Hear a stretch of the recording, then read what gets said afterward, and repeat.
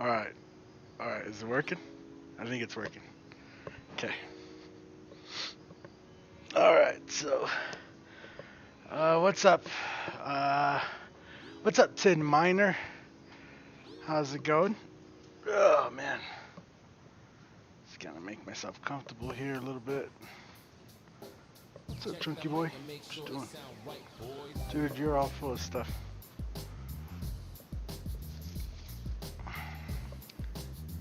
So we have our design here for today. I cut it out in a stencil. We're just gonna kind of center this on here, like so. And then we're gonna paint it on there.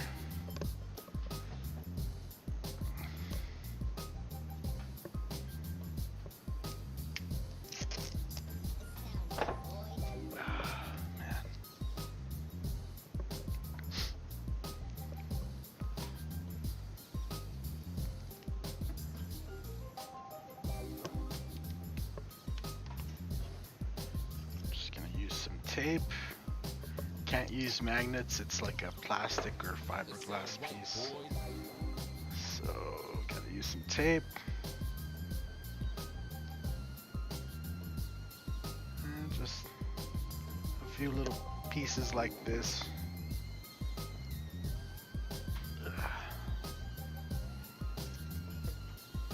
Now let's get it right where we want it. We want some like smoke. We've done work for this guy before, and this bike has like some white smoke kind of going around, so get one there, just one there. What up, JJ?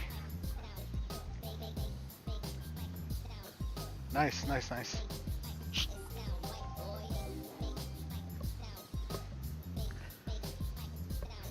Easel for $49. Nice. What's up, Airbrush dude? Cool. So I'm just gonna take a little bit of white here and just gonna mark it off real quick. I just pretty much have white and black preloaded right now.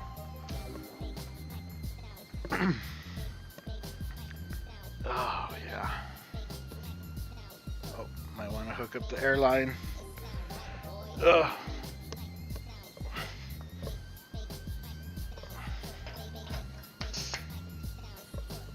Okay.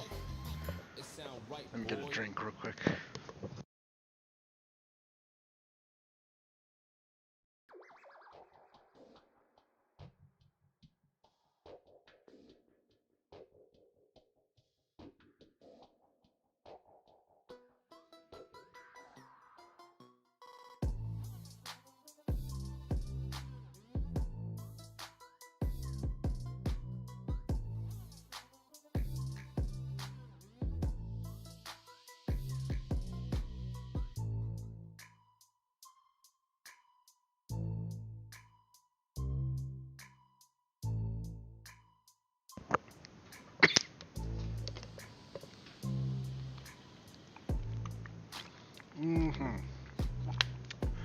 What's up, Chris? How's it going? Oh, I should probably check to see if the Facebook is working. So, just trying it out again and seeing if we could do the dual streams again. I gotta get over here. I think if I remember correctly, the last time getting the Facebook chat up, I had to have it up separately.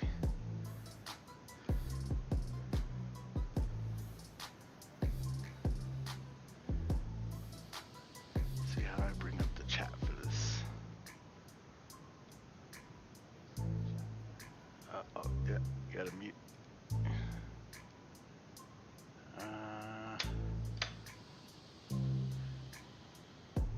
I don't know, if you're on Facebook, drop something in the chat to see if I could see it or not. No, YouTube is where you go for Skull Squad. It says join right underneath the video somewhere, or in the chat, underneath the chat somewhere. Anyway, if you're over on Facebook, say something in the chat so I can see if it comes up or not. Cause, yeah. Oh, there it goes. There it goes. Yeah, I could see your. I could see Facebook. I hope that doesn't go off on my watch every time. All right, cool. All right, it's working then.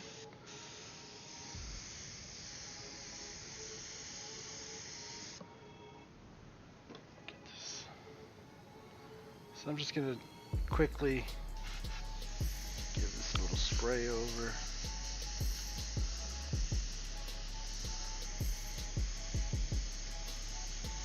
And we're just gonna go at it. Typical fashion. Actually, what I should do is kind of lay in the smoke right now so that it's already in there. Just get that all nice and good.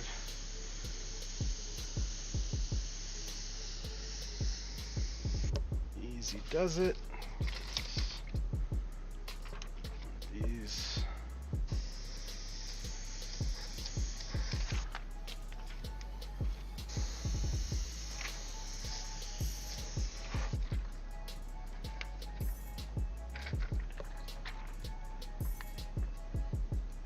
Guns and smoke is a sure shot. Yeah, that's what the customer wanted, man. He already has a whole bunch of skulls and guns all over, so, and smoke. He really digs the smoke. We kind of like his whole bike. I think the only piece that wasn't painted is this, so we're gonna put this piece here, and then we're just gonna put a few skulls on the sides here, with some smoke coming off to get it all kind of looking the same. So, always what the customer wants.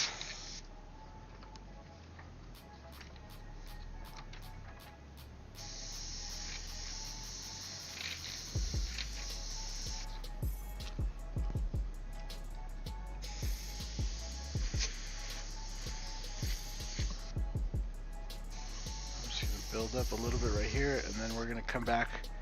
Once I have all this in, we'll come back and blend in some kind of over the top smoke so it has like a double layer of smoke. You want some of this smoke, son? You don't want none of this smoke.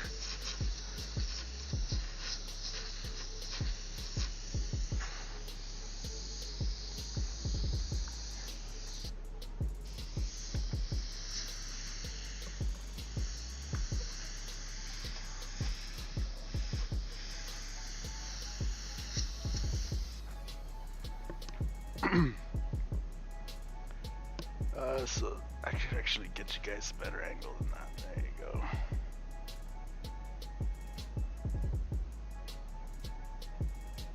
There you go. Something like that looks a lot better.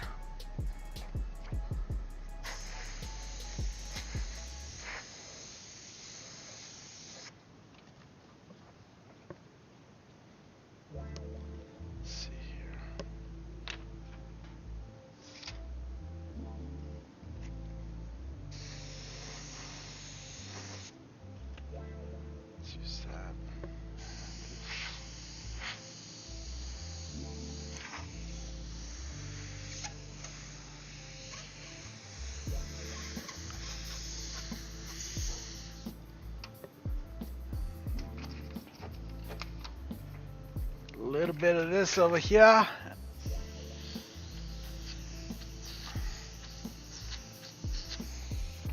really like using some curves that kind of complement each other. I like spraying off of the curves, especially for smoke like this.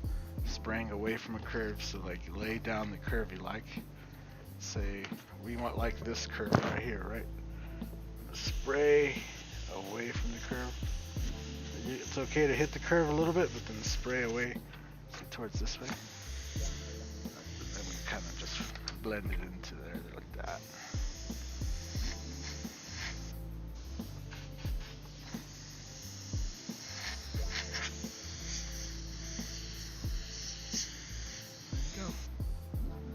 quick little smoke. That'll be the basis for the background there. Just make sure I hit all of this good.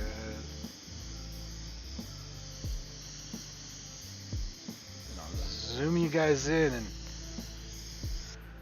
we could just start on the skull, I guess. There's really no point in going around or something.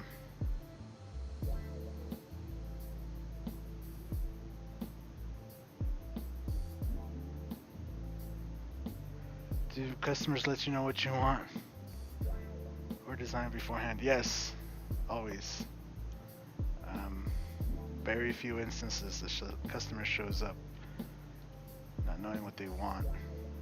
And it's actually, you know, as an artist, you don't want to be the deciding one.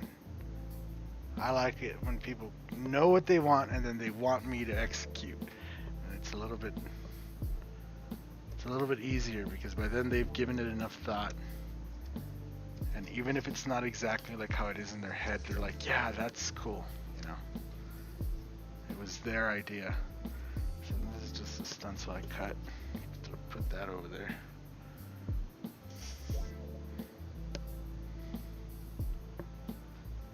Go to Hobby Lobby for Createx right now.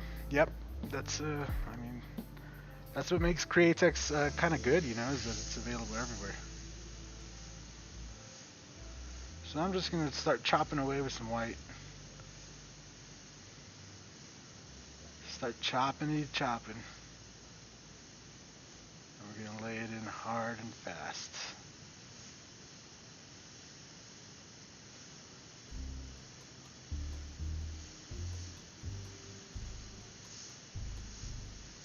So how's everybody's day going? I had to switch off to the headset. I went back and watched the last stream that we did a couple days ago over on YouTube, and the audio was a little rough, and nobody said nothing again. Nobody says nothing. Appreciate you guys.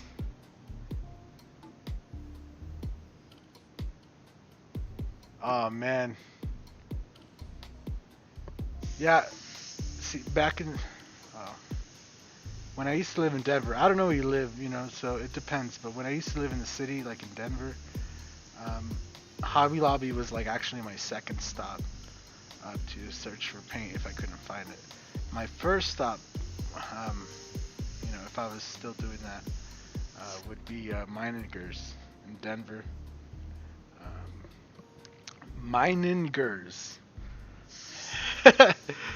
Yeah, and they actually would stock the paint pretty regularly. They always used to wonder, what the hell is this guy doing buying so much paint? But it was like every week I went back, they had it restocked, and then they would expand the Createx section. Yeah.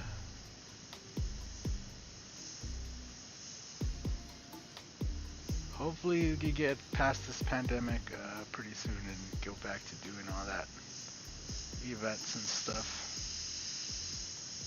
We'll see what happens.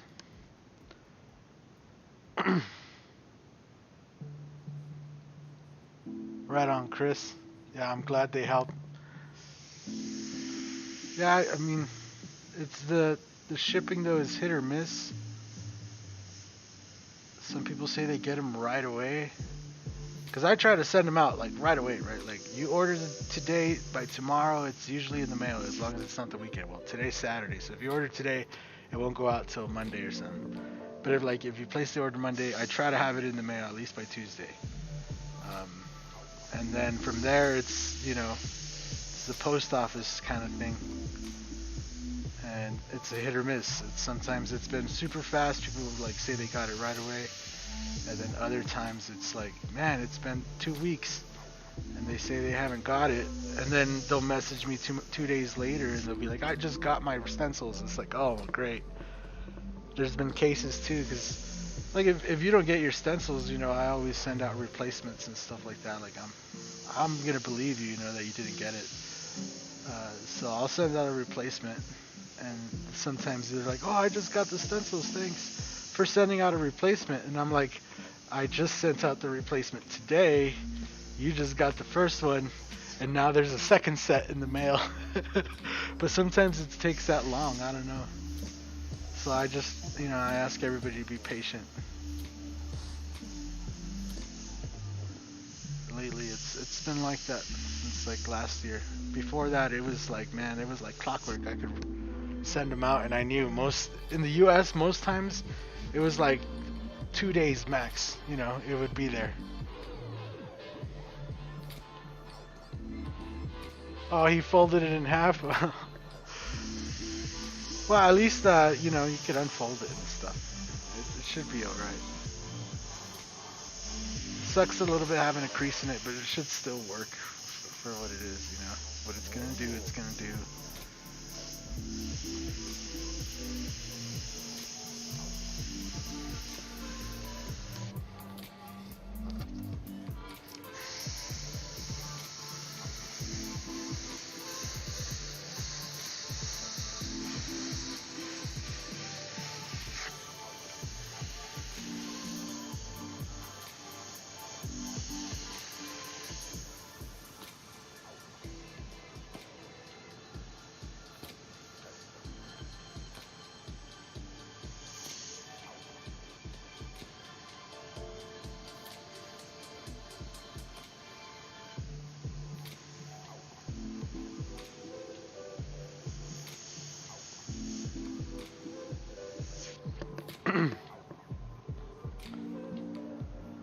Advice on how to get cleaner lines for airbrushing shirts.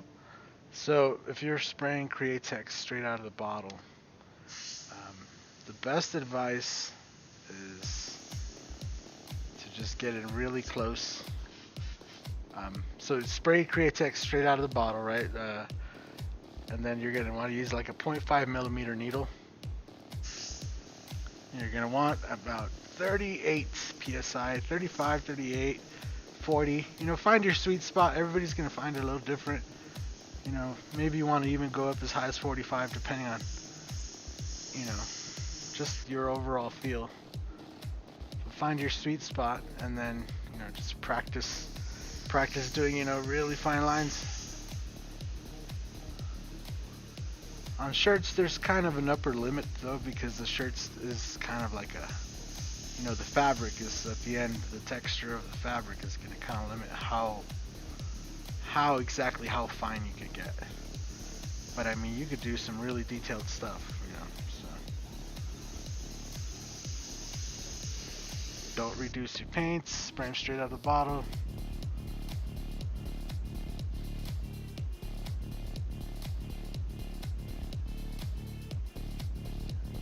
That's kind of what I would say for shirts.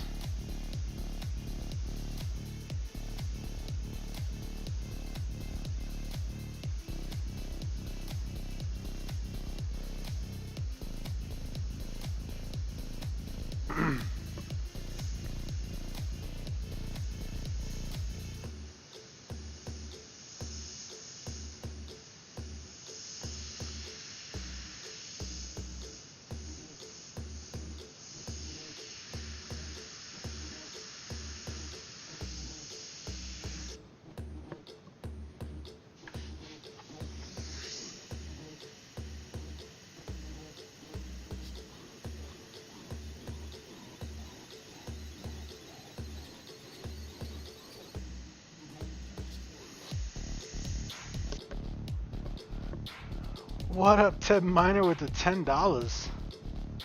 Thanks for so much for showing and helping us, Airbrush artists. Oh, no problem. Oh my god, how come you guys didn't say nothing about the camera being so dang bright? Oh, that looks horrible. This camera has issues with brightness. See, look, it looks great for a second, then it's like, fuck you. Hold on. Let me make sure it's focusing here on the right spot.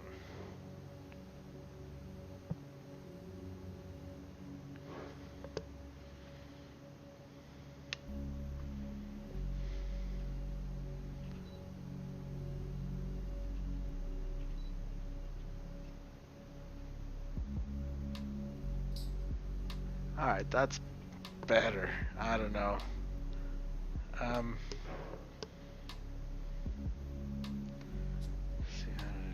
last time.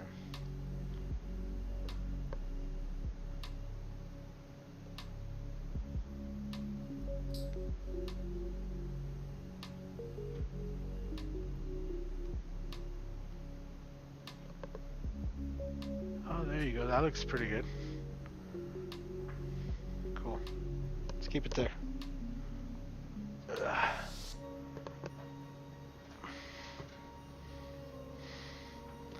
What you got?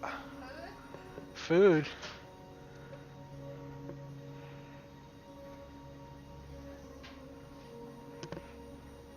Thank you, baby. What would you say is the difference in needle sizes? Would you recommend 0.3 couldn't do that? I mean, you could. The thing is, I said you're spraying paint straight out of the bottle, so it's a little thicker. You know, yeah, you'll have easier time spraying paint straight out of the bottle onto a shirt. If your objective is to spray a shirt, you're going to want to use the 0.5 for paint straight out of the bottle.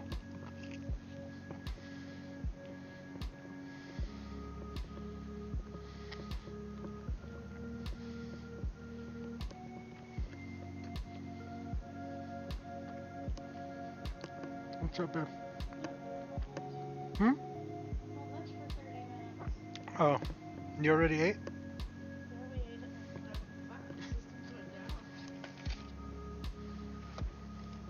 Okay.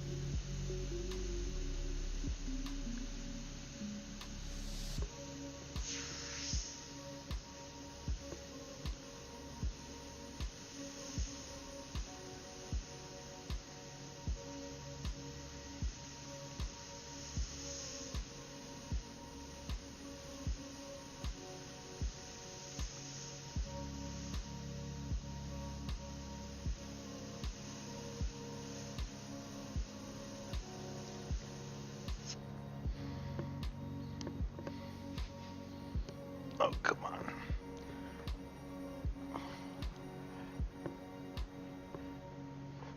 I need to turn down the brightness on this thing.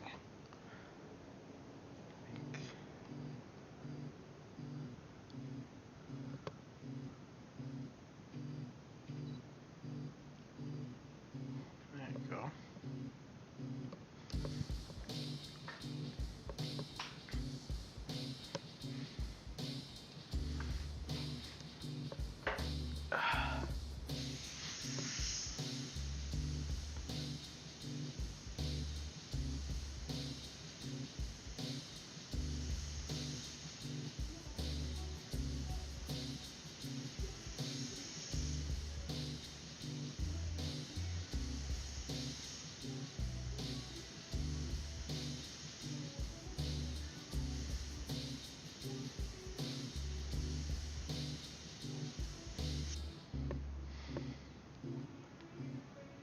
Yeah, dude, get in closer. I literally have videos on this. Just search developing finger control.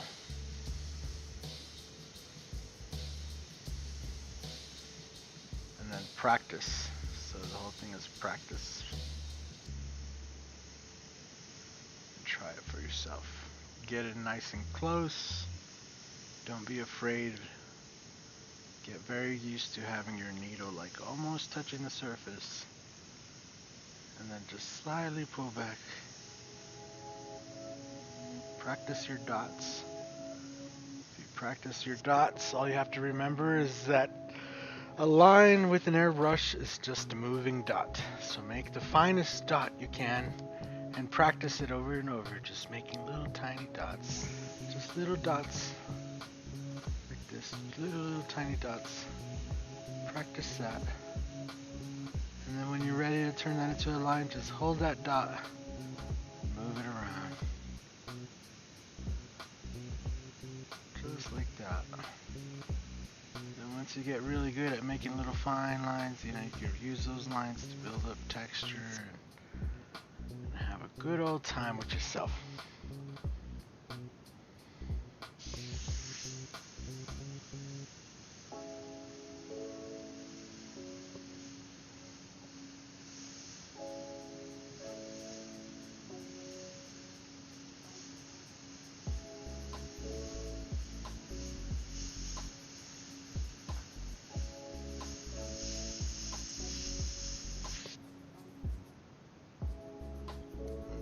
Now can I zoom it in? Yeah, there you go. Oh, it still gets so bright though.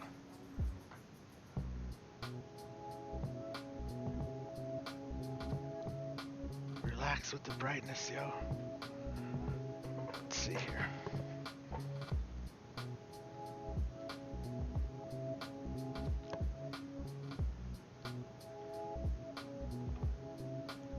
There you go.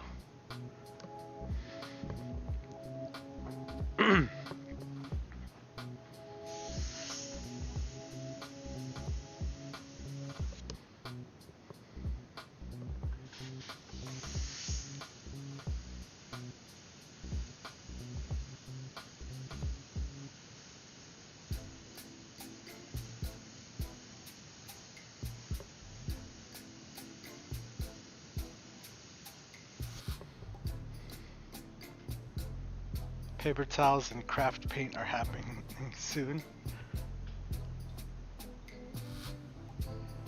Homemade thinner, I wouldn't. Nah.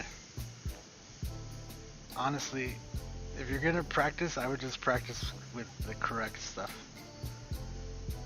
Unless you're just barely beginning, right? Then obviously buy some cheap stuff. Just get used to spraying it out. But if your objective is to, in the long run, produce good results and, you know, be able to repeat it over and over, I would just recommend getting some good, you know, 4011 reducer, get some nice Createx paints. In the long run, you'll be doing yourself a favor.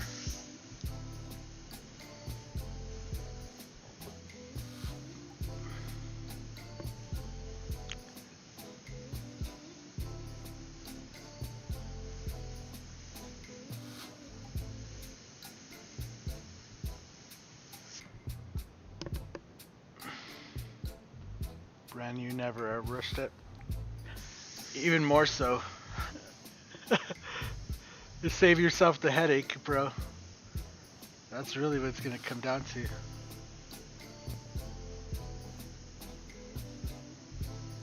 Not only that, but like I do all those how-to videos and all that.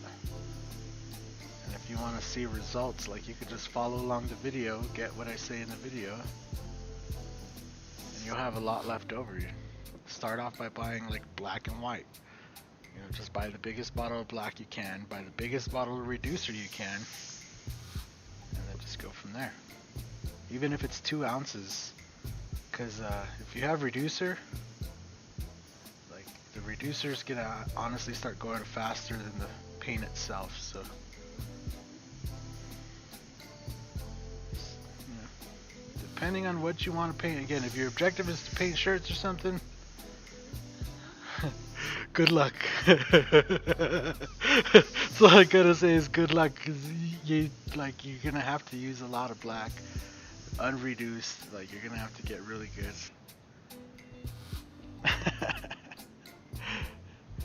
But if you like want to spray artwork, like if you just want to like, you know, spray some art, go ahead, just buy some Createx, save yourself the headache.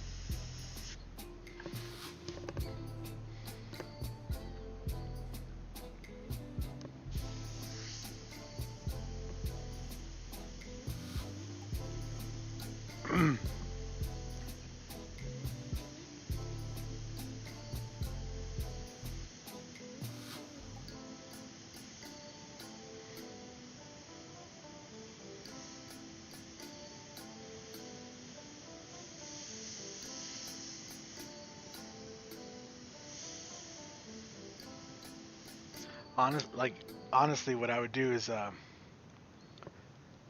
I would buy the biggest bottle of reducer you can, and then get like one of those Createx starter sets. They have some for like 20 bucks, 30 bucks, and it has a bunch of colors included. And then get yourself like a color wheel. And any colors that you don't have, you can mix using a color wheel, because Createx colors mix in really good with each other. And so you can take a color wheel and apply it directly to your colors. Do you have to heat set all of acrylics? No, only on shirts. Again, if you have any questions about Createx paint and how it works, I would recommend going to creatextech.com, like how it says at the beginning of the streams, on every stream. I actually have a video that's kind of for members only right now, so if you want to join up on the Skull Squad, that video is available, just giving you a really quick and simple explanation of what paint you should be using and how.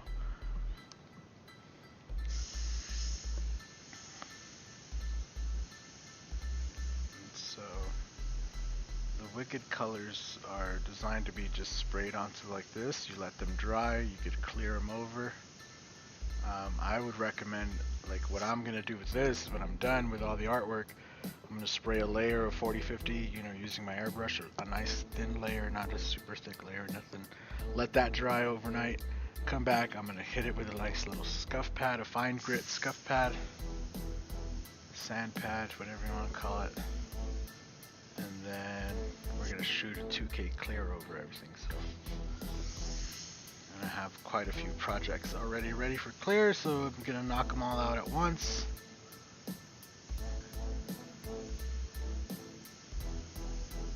Then I'll probably be back in a few days and we'll do some more, because I have another set of projects. And then from there it's going to be a few days because I have to get a car prepped up, but then I'll be back with the artwork on that vehicle, and we're just going to keep jamming.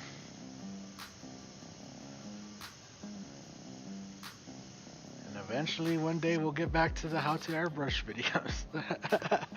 Oh, come on. Show what I'm painting. Yeah, the opaque set is $28. Yeah, I would get that. Get that and like an 8-ounce bottle of reducer or something. And you'll be set for a while, just kind of mixing up colors and having fun. And then whenever you see a color that you need or like, you can start buying individual colors from there. Or maybe you'll see another set. Like I know there's like a bloodline set, and some other artists have like their own individual sets. I definitely recommend getting one of those.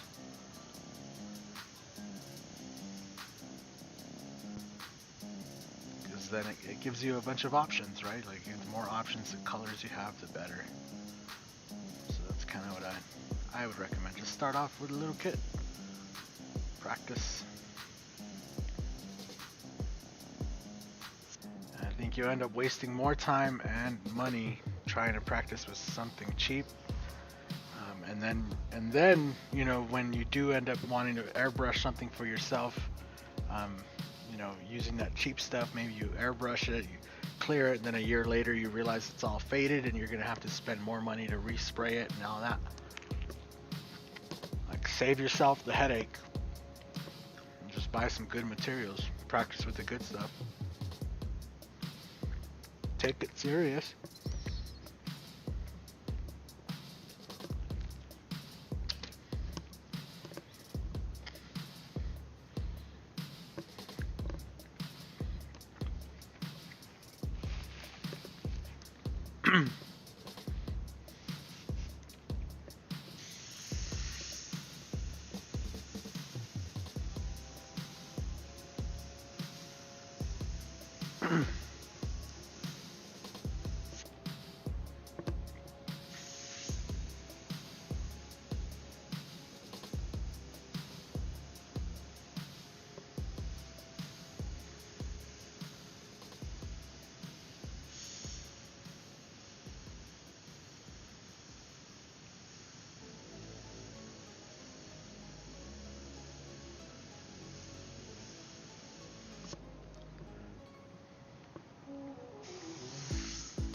So we kind of just, I'm just starting to lay in texture on this skull. I'm just gonna kind of get this all kind of textured in and squared away. I don't know what's better, doing it that way or doing it this way. Well, now that we're gonna start moving around, I think it's better like this.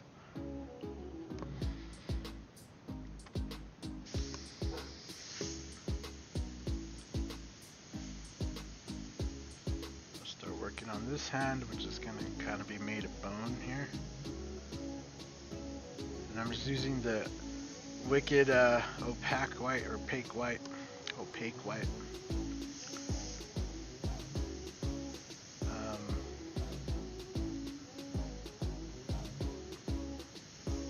I think I only threw like a little bit of reducer in this, so it's super strong.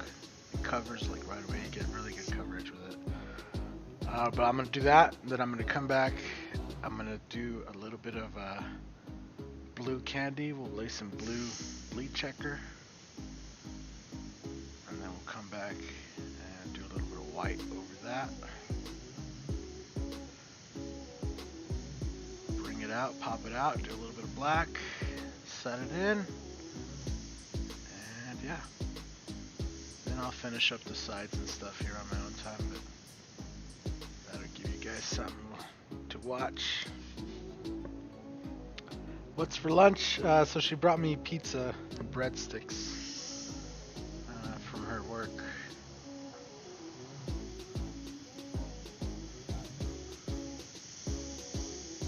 So it's like one of those days where she's working overtime today. My daughter went to a birthday party, and I have lots of commissions, and I also have, like, you know, we're doing the live streams and stuff, so I kind of have a schedule a little bit of videos. I'm producing content, so it's a really good time to just stream, hang out with you guys, instead of sitting here painting by myself, you know? I mean, I'm still by myself, but you know what I mean.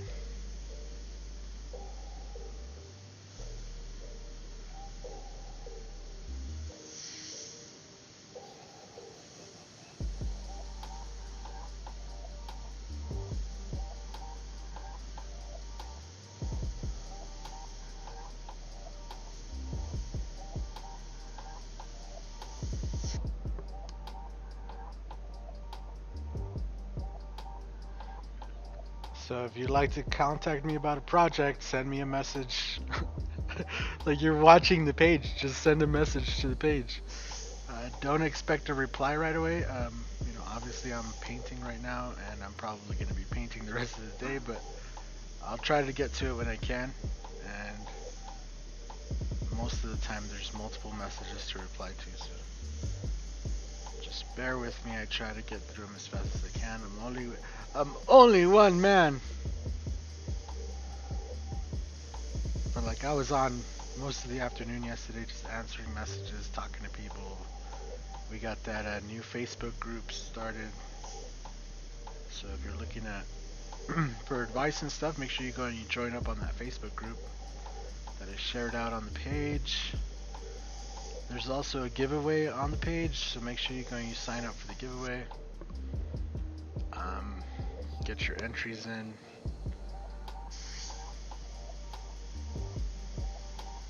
Yeah. Especially with the prizes, man. It's like $200 in stencils per pack. Like, you guys do realize this, right? It's $200 worth of stencils. I don't even know what the Steve Leahy painting is valued at. Like, you gotta ask him on that. Then you got the Wicked Opaque sets. You got the handheld compressor, that's $50. Like, it's a good chunk of stuff you're getting.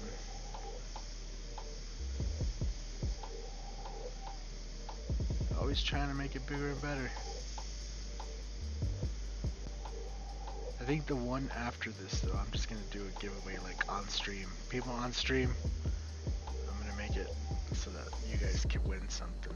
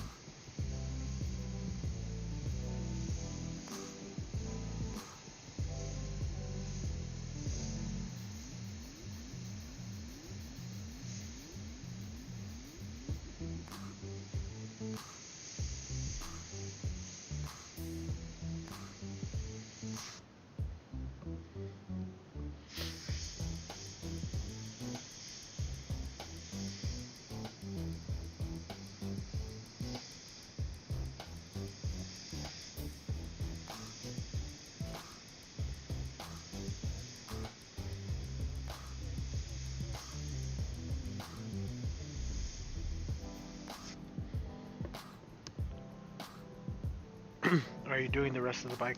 Oh, I already did the rest of the bike. This is the last piece. The rest of the bike's already done. We just brought this piece in to get this piece done. And that's a wrap on the whole bike.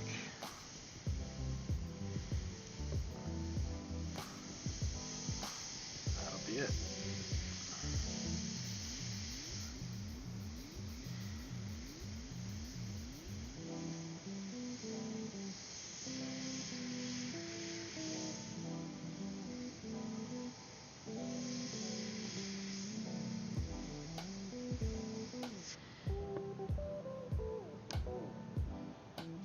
Yeah, I actually need to get a picture of this bike because I keep seeing pictures. He shows me pictures on his phone, but I actually have never seen the bike in person. And I don't have an actual picture of it, like of my own.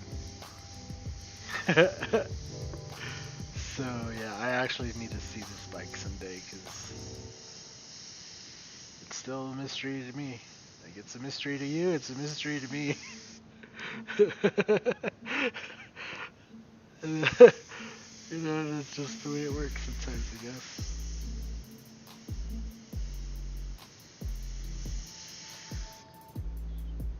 Or this hand has a glove on. Can you tell that's a glove? Isn't that always the way? Yeah, most of the time I don't ever get to see a complete project. Stuff just comes and goes and I just know it's a bike.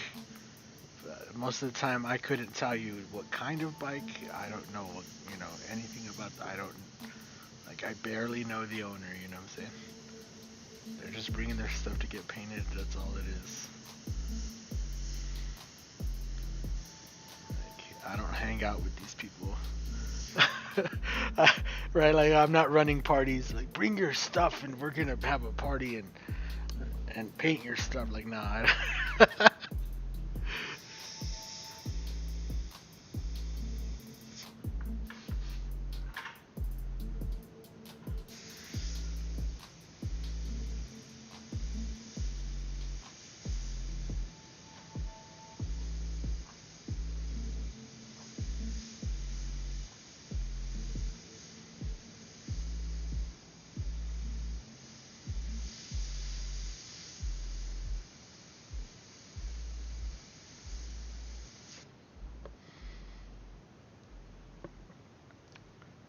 I already answered that question.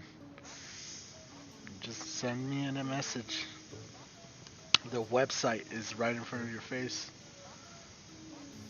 I mean, I don't know, man.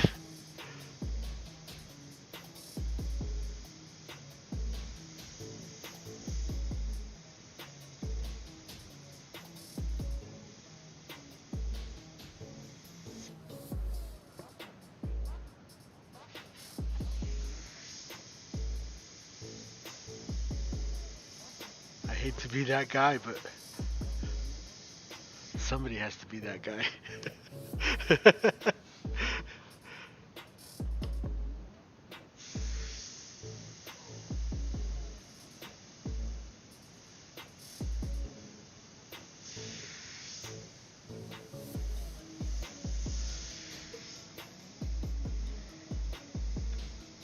So, I mean, you go on the website, you'll find all my contact info.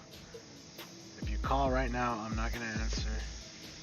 And if you call and you're just looking for airbrush advice, I almost will guaranteed hang up on you. If we haven't arranged it beforehand, if you're not a member of the Skull Squad and somehow arranged it to me to have a phone call or something, yeah.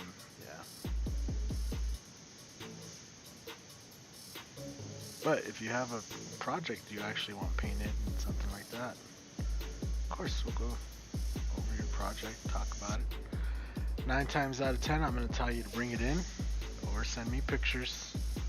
So be ready for either of those. Obviously, if you're not local, we're going to try to do our best to figure it out. But it's always better if you're here and I can see you point to things, talk about it. Then it gives me a really good idea of what you want.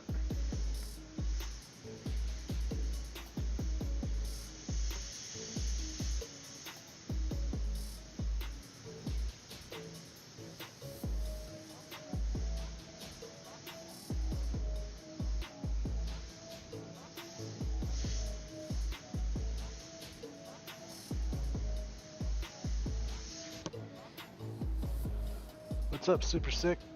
What's up, Easy Blue? No, you're good, Tim. You're good. I'm just giving you a hard time, man. You're in Texas? Yeah, you know. I figure by now you'd know that you'd have to ship it here. I'm in Colorado, so. I mean, where in Texas are you?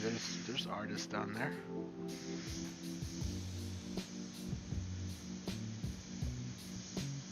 Near Houston,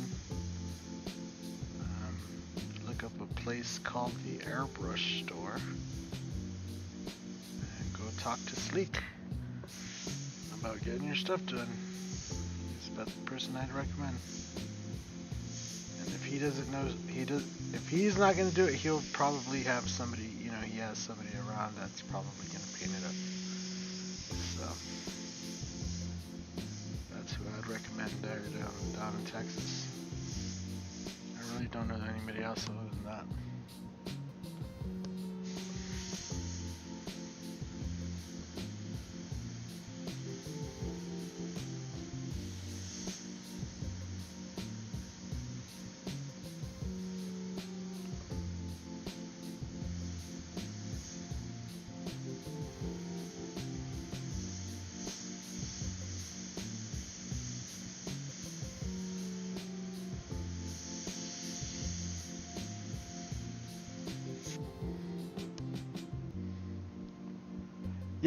Yeah, these are the new Wicked Opaques.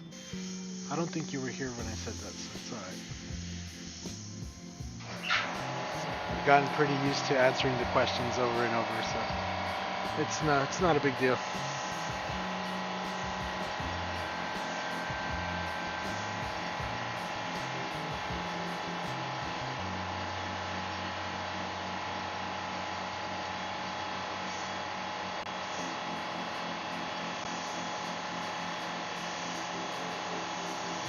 Kind of at that point where I'm just like, I just want there to be more and more airbrush artists. And you know what? If it's going to take me just answering the same question over and over all day to get more of you to paint good and well and, you know, provide the airbrush service in your area, wherever it is that you live, like, so be it. Just keep asking me the questions. I'm going to answer you as best as I can. If I don't know, I'll direct you to the place where you can find the information. And, you know, best of luck to you. Again, if you have questions about Createx, I would recommend going to creatextech.com and just reading up on there. Go and subscribe to their YouTube channel. They have way better videos than I have, you know. And, you know, it's better to hear it from the horse's mouth, you know, instead of the ass. You know what I'm saying? So that's all I can say is I could just redirect you to them, and, you know, wish you the best of luck. If you have any specific questions about painting something, like if you want to, you know, I'll try to help you as best as I can as well. So, what's up, Melinda?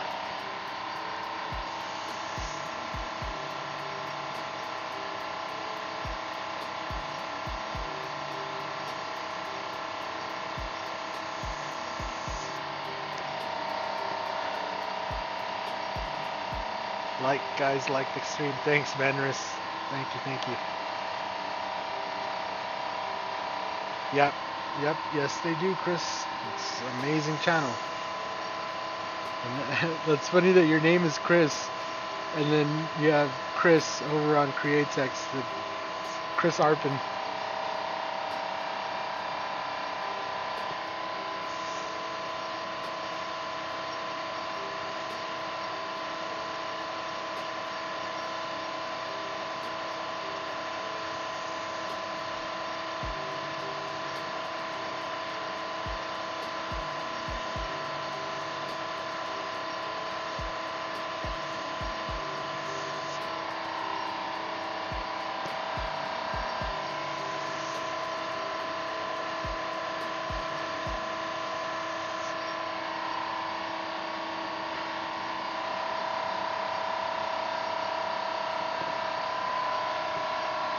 What's up, Heather? Thank you, thank you.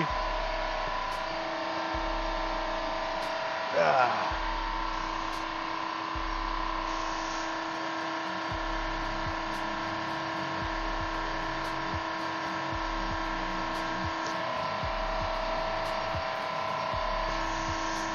That's cool, Chris.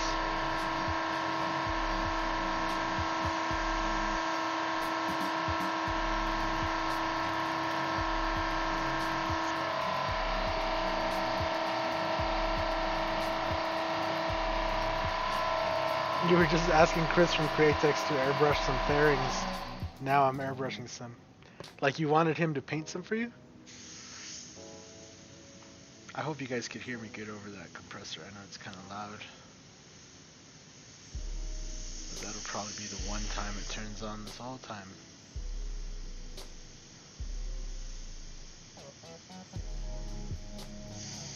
I think I'm going to end up switching off to one of my little compressors here.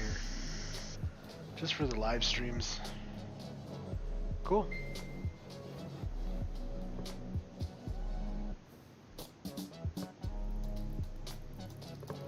Hold on, let me check my phone real quick.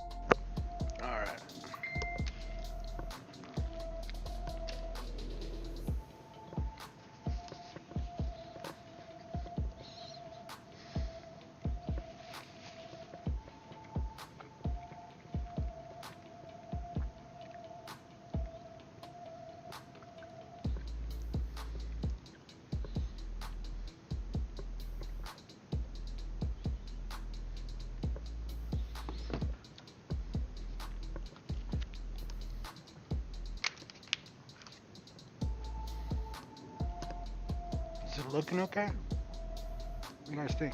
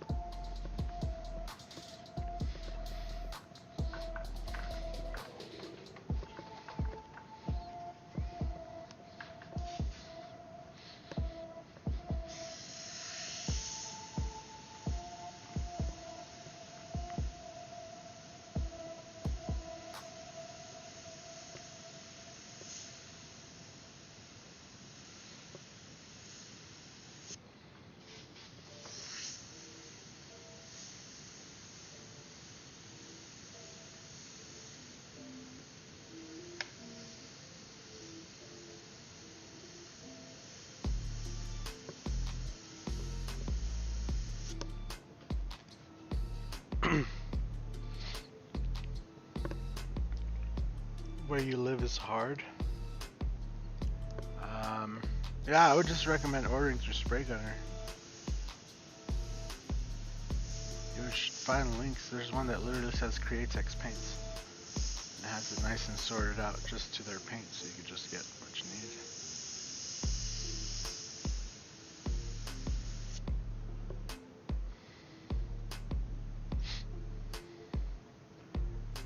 How smooth is the new Wicked Opaques? They're really nice.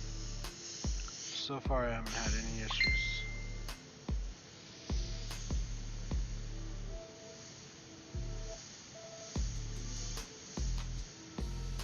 The coverage is, I mean, that's really what you're gonna look for in an opaque, is how white can you get white without having to go over a bunch of times.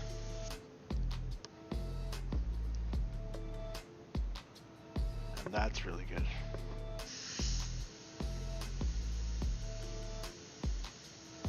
Yeah, if you go next to the video, you'll find links to the Createx, to not this particular airbrush, but to the GSI Creos, which is a little bit better of a deal than this one. It sprays just as fine.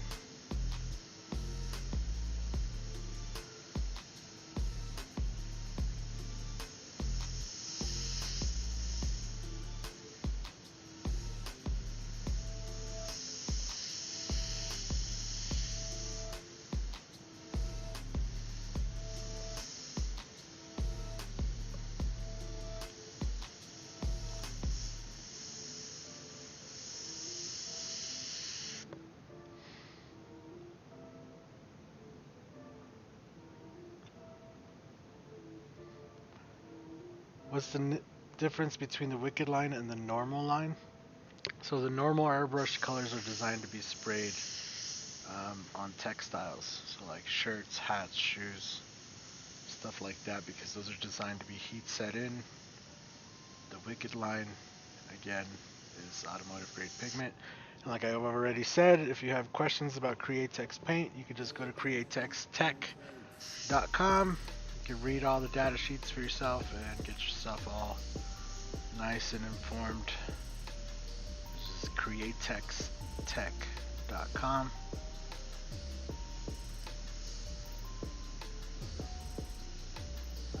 They put all this information out there. All you have to do is read it, just like I did.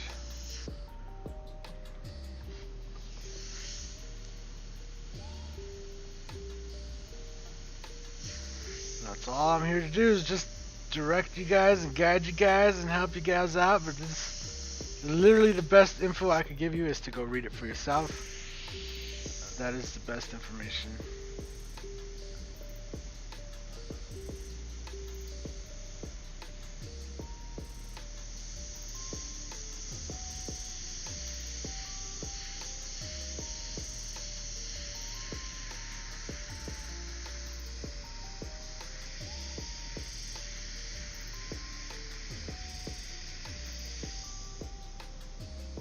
Like I said, it's better to hear it from the horse's mouth than from me, you know what I'm saying? Like, they have it right there ready for you to just read it. They have tons of helpful videos.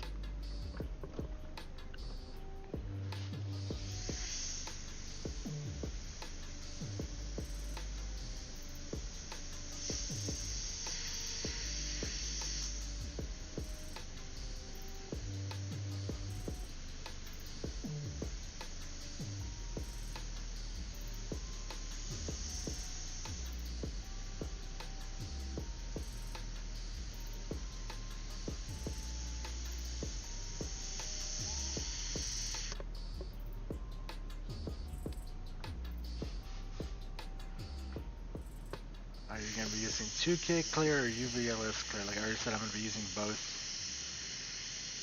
I have a really good video explaining the process, and like I said, you need to go read the data sheets if you have any questions on how to finish automotive artwork using Createx, because 4050 is not designed as a top coat for automotive products. It's more of an artwork sealer. And it still recommends at least a 2K clear over, you know, for the nicest finish. Honestly, it just looks really good. And yeah, you use your favorite brand 2K Clear. They're all about the same. People talk smack about products all the time, but from my personal experience, every single brand I've ever tried just works pretty good, and that's what it is. It's 2K Clear. It's not like it's, you know, nothing crazy. But for most things, it's gonna be awesome. It buffs out great. So if you want, you know, if you want to show quality finish, you could definitely block it out and buff it when you're done. It buffs out awesome. You just lay it on there nice and thick.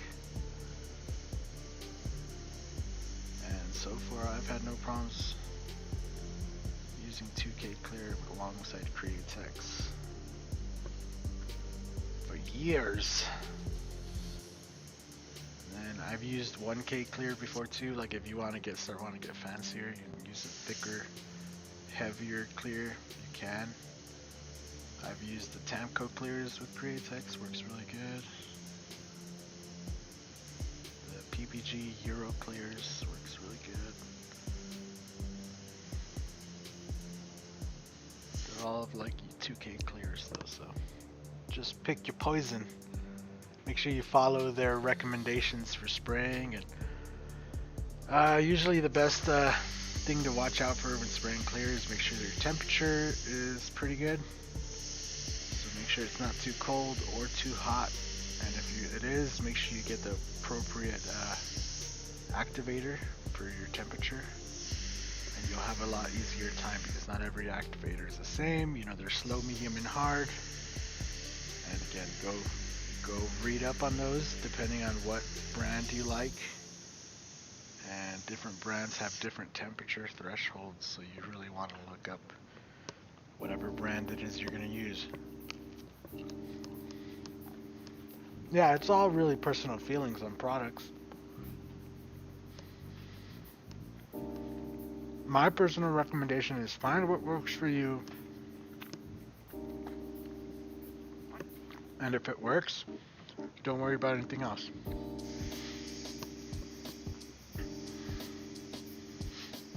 Like, yeah, we have all the Createx banners and all that, but like I've said before, I've been using Createx for a really long time. For a long time, you know, from when I started on shirts and stuff, and now with all their paint lines they have, it's just easy and it's nice. And you know, I'm sitting here spraying a tank. I don't feel like I have to wear a mask. I'm not getting myself all dizzy and high, you know, off of fumes and stuff like that. I'm sitting here, I'm just munching away on my pizza and having a good old time. And now they have the candies, so like I'm gonna spray some candy on this in a sec, and then a little bit of bleed checker. We'll let it dry for a sec, come back, do some white highlights, a little bit more smoke. You know, it's gonna look really good. Spray Max 2K clear cans. I think I used the matte. I don't know if it was Spray Max. I don't remember the brand. Hannah's Man. Thank you. Your bro has a rent house in Grand Junction, Colorado. Yeah, that's like on the other side of the state. I mean, Colorado's not that big. You could drive across the whole state in a few hours, you know, so it's not that big of a state.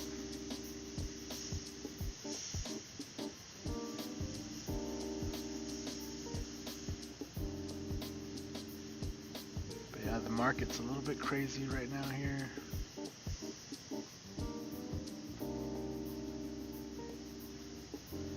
From what I hear, it's crazy everywhere, so I don't know, we'll see. I think it's just, there's a lot of people. There's no way to argue with the fact there's just a lot of people. A lot of people are growing up, getting to the age where they want a house, you know?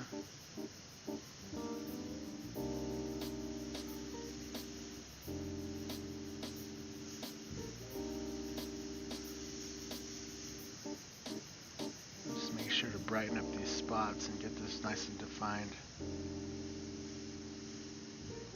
I'm really only gonna use a little bit of candy just over the skull and some of this right here. I'm not gonna lay it in over the smoke.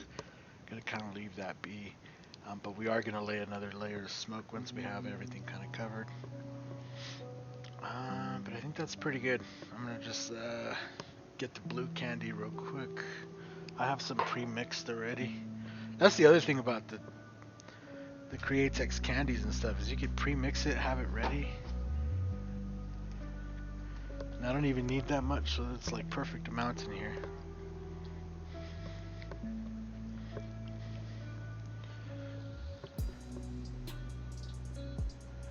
Will they be okay to use on tumblers? I mean, yeah, I don't see why they wouldn't be. Those tumblers have their limitations too.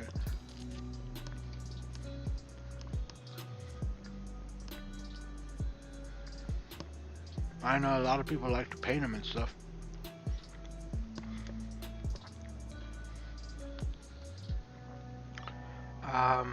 I'd probably recommend the Wicked line if you're going to be doing that though, over the original set. The original set is good, but I assume you're going to lay a clear coat and everything over them, so yeah, I would recommend the Wicked line for that.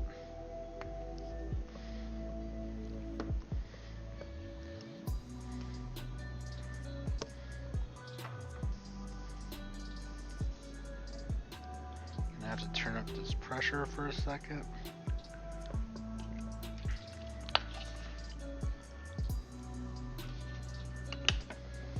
Just rinse out this airbrush. And then we need a little bit more pressure when spraying the 4050 candy. And then we're also going to spray some bleed checkers. So.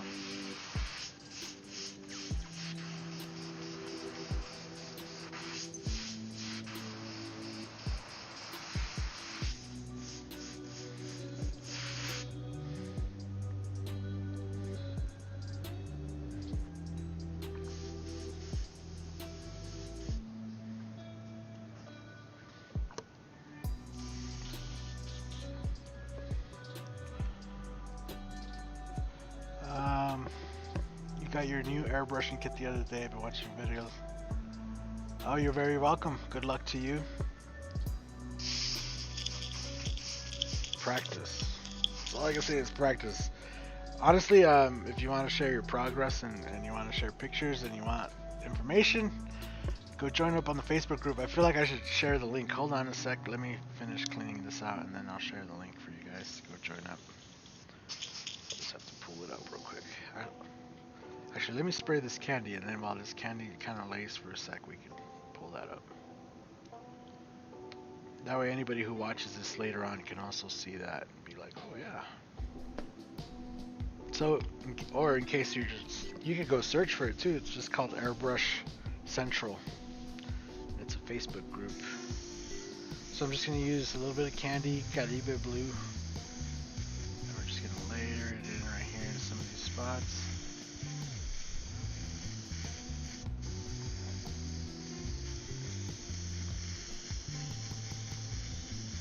That's really going to bring the white back down, right? It's going to turn it into a nice blue. But now we can build up a little bit of texture over it and a little bit of highlights and stuff. And it's just another way of going around and producing an artwork and depth.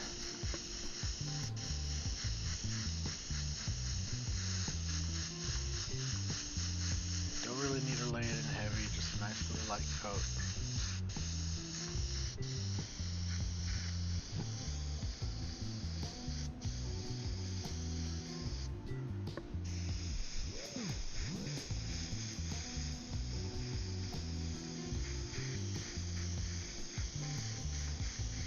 Then we're going to let this sit for a second. I'll get you guys the link.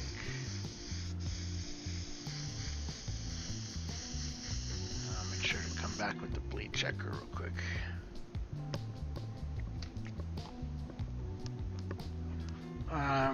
What do you usually use to clear your airbrush out that quick. So you can use soap and water. That works perfect. Just a little bit, Dawn dish soap, a little bit of water. You're set. If you want to get fancy, what I've gotten used to doing is using the reducer.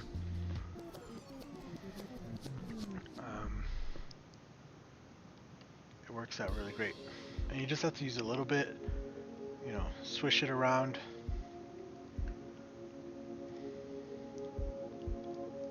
And then you're good to go.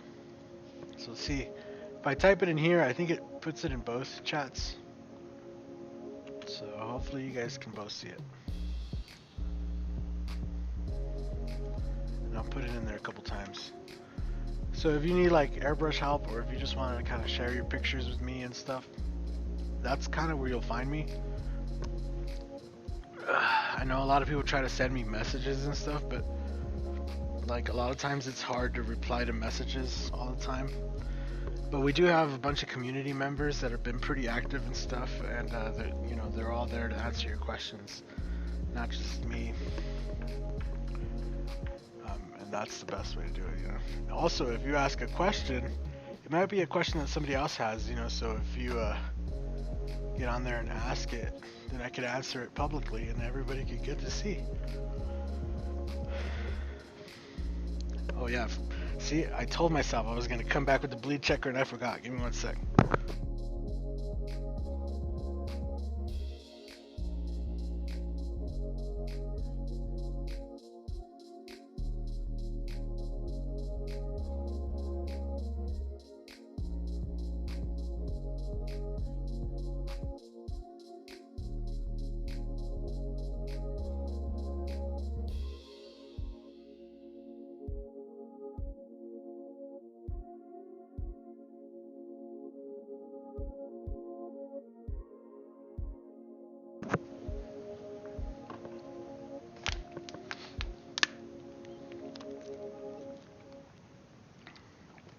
Yeah, make sure you go and check it out.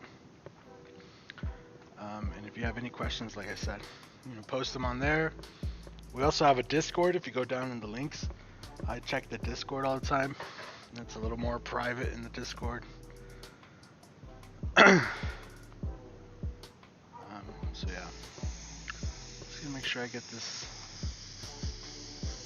in there, especially on these eyes. I really want the eyes to have the depth in this right here. Oh, I don't know who that is. They could wait a sec. Leave a message.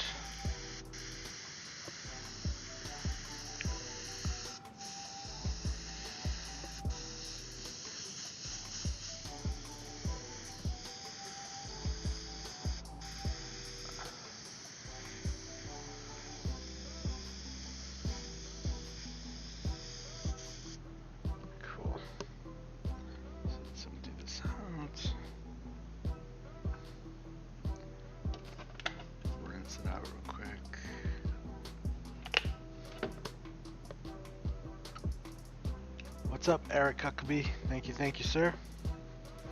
What's up, Cole?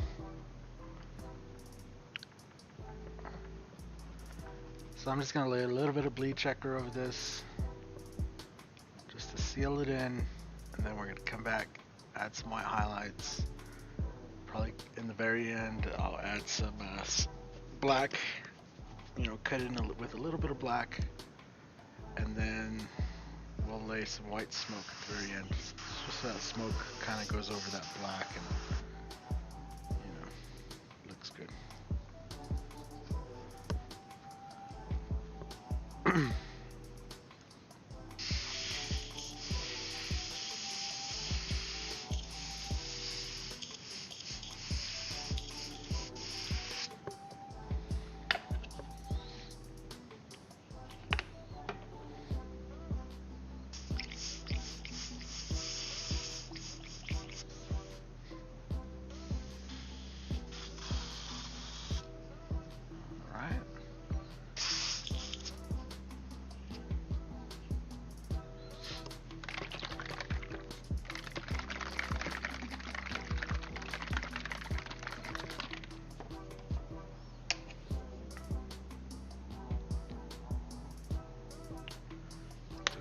pretty much.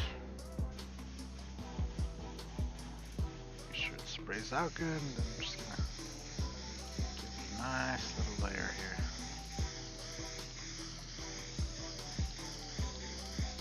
This stuff is pretty effective right away. You don't need to lay a really thick coat or anything like that.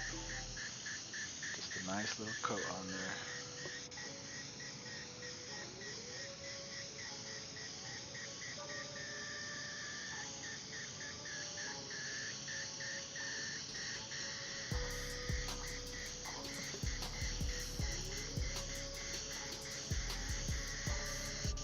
And that's really gonna set in the candy. That way it doesn't, when we lay white, so the whole reason you lay bleed checker is that when you start laying colors over anywhere where you laid candy, there's a good chance that some of the dye from the candy might mix in, or it might get reactivated by the reducer in your artwork. So you lay a little bit of bleed checker and it kind of helps reduce that. So that doesn't happen as much. It won't happen at all if you give it a nice good coat.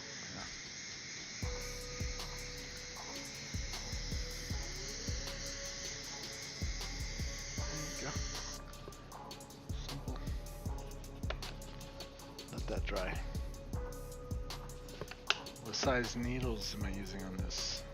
So all of this is being done with, I think all of these airbrushes are 0.3. With the Iwata Eclipse being a 0.35.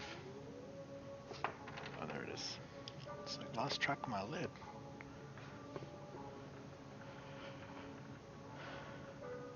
Yeah, don't send me messages. Go join up on the Facebook group, like I said, or join up on the Discord. Like I said, it's hard to kind of go through all those, and the more of them that I get, it just becomes overwhelming.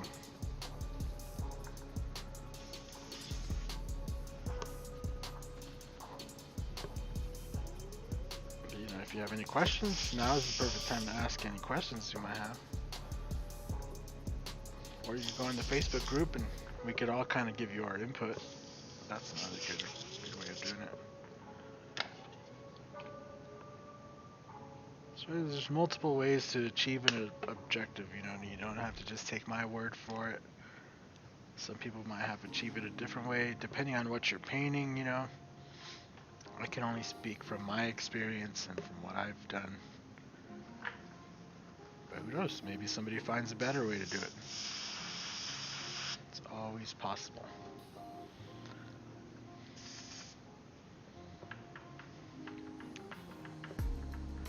Alright, so kind of just give this a second to dry. Let me go throw this pizza away because the crust is just like staring at me, and I want to eat it, and it's like, no, get out of my face. I'm good right now. Let's not overeat. A sec.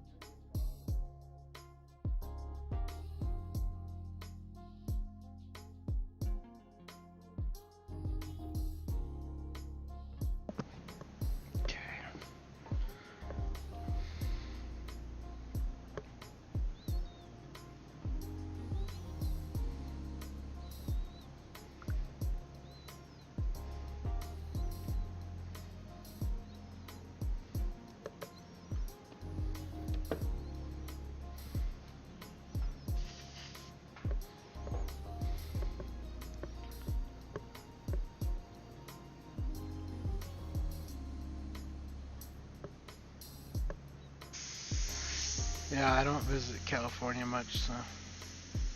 But if I'm ever out there, I'm sure you'll hear about it. What is it? Coast Airbrush is having that memorial for Mike LaValle.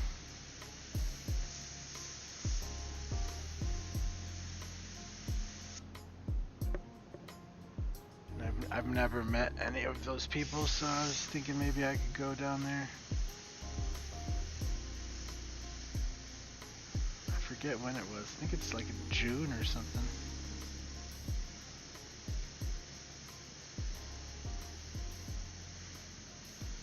It'd be cool to take my car somehow.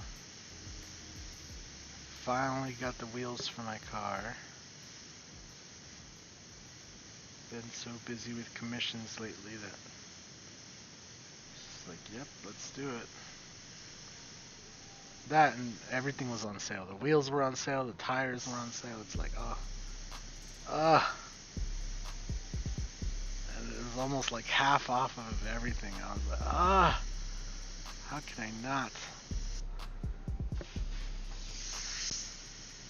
And then, yeah, I might decide to reshoot that Camaro reveal video and re-upload that all over again. This is now to be finished. It's kind of been repolished since the last video too. And it's nice and warm now, so I could actually take it out and maybe go out somewhere. Get some nice shots of it somewhere.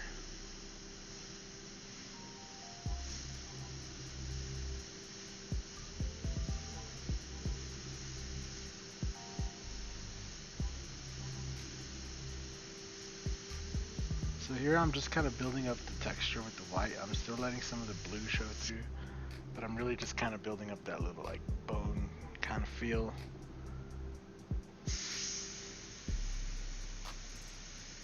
You know, exaggerated bone. That's kind of what I would say.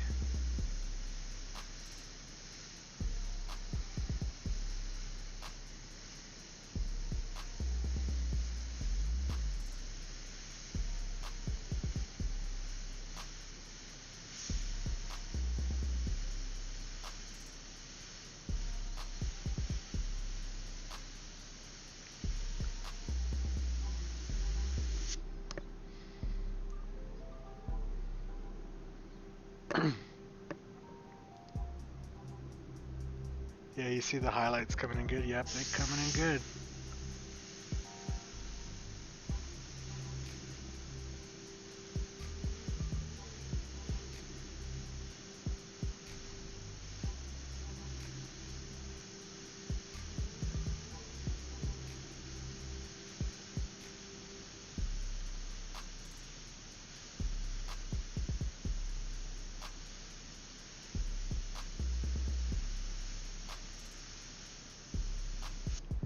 It's just amazing what you could build up to, like highlights. There's like these little cracks coming in right there and stuff, and I'm just kind of working my way around.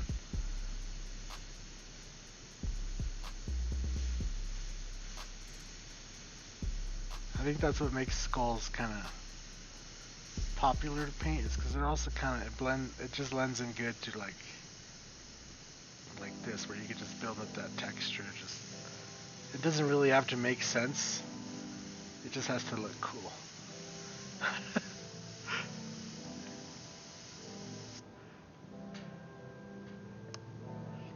Can you guys see that? Let's see.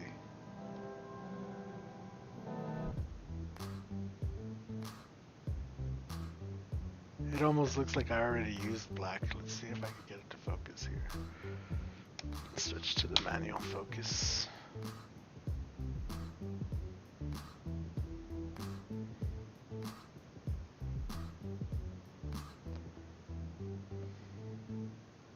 It's because the white highlight's so strong that it almost looks like, you know, it almost looks like I used black in there. Look at the size of my finger, bro.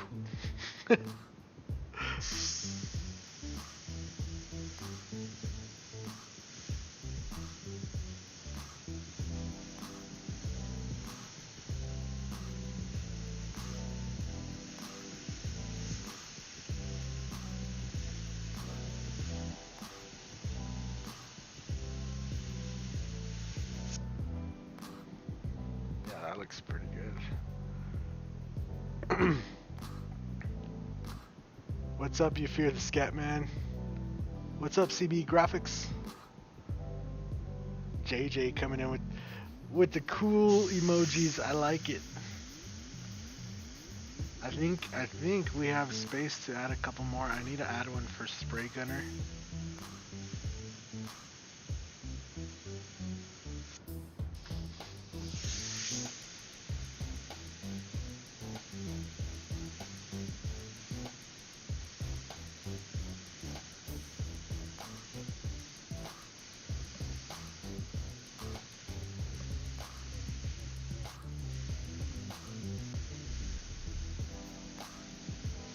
So I know something that a lot of artists have seen and done, and something that I had to going on for a while, and I've upgraded, and I'll show you guys my super massive upgrade that I have going. So you guys have heard of the dump bucket, right? Like you have a nice, like somewhere to dump your paint, right? So you know, like this, I had my gallon, you know, cut with a nice hole in it and stuff. Well, I've upgraded. Now what we have done here and what I spray into and dump on my paint is a literal 5-gallon bucket. I just have it sitting under here, and whenever I just need to like spray out and I don't want to spray it out all over my stuff, you know, I'll just point the airbrush down and spray, you know, get the little clog out and keep going. Pro tip. Like right there, right? That's what I'm doing when you see me spray down like that. I'm spraying into that bucket. And it just helps keep all the mess down.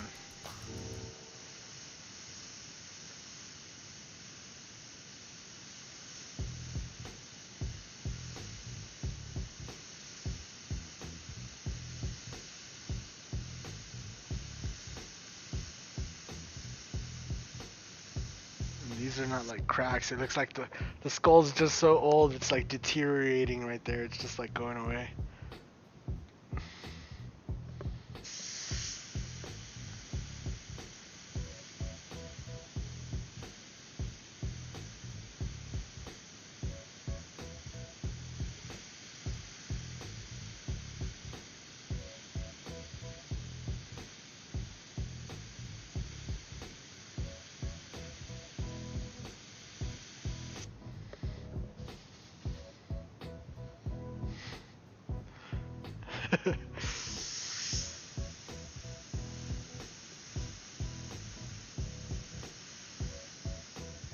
Yeah, the gallon, I mean, it did its job. It's just, it's hard to always, you know, just try to stop and point your airbrush into that little hole. And, you know, now it's like I just, you know, get that clog out of there and let's keep going, you know? Clear it off.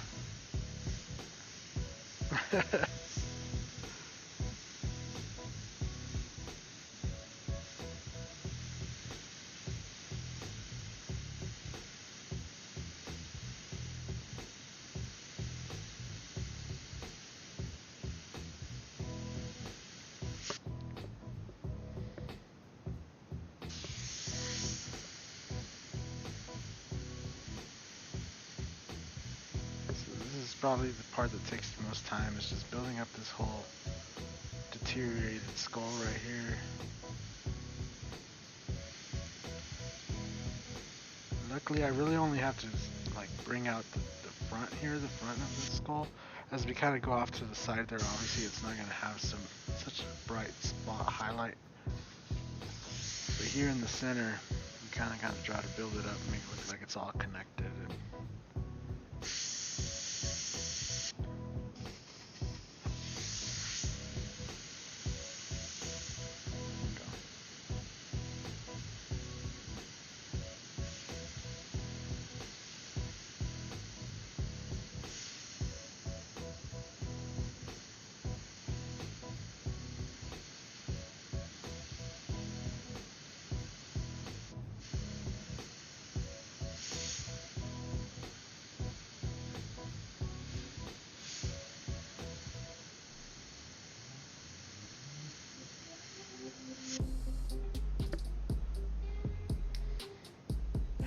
Pretty good.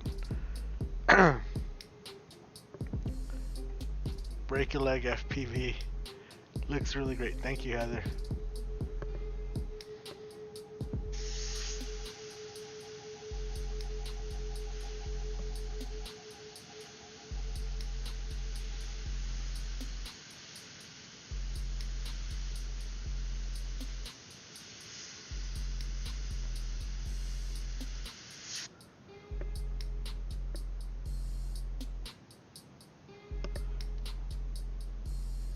Once you get flames down, you're gonna paint your Harley. Cool, good luck with that. I don't really know how to ride a motorcycle, so I don't have one. Maybe one day.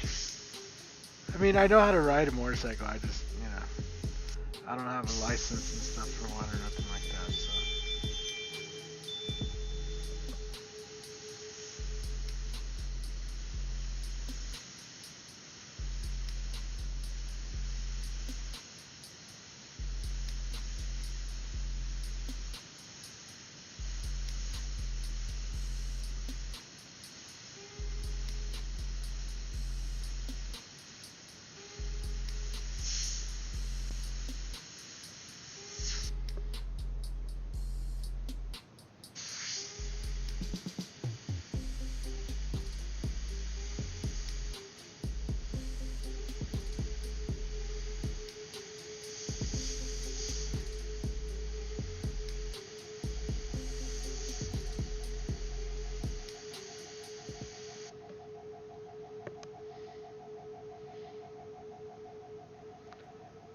Yeah, I mean, one day if I ever feel like owning a bike, for sure I'll take some classes or something.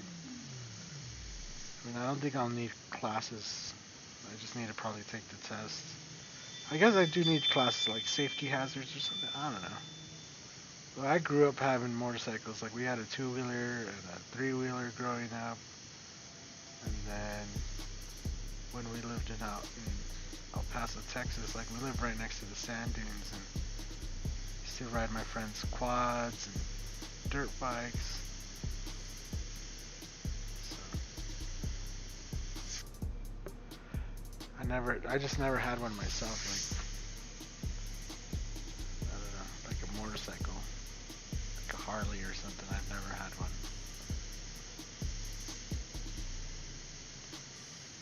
Nothing to drive on the road is what I should say.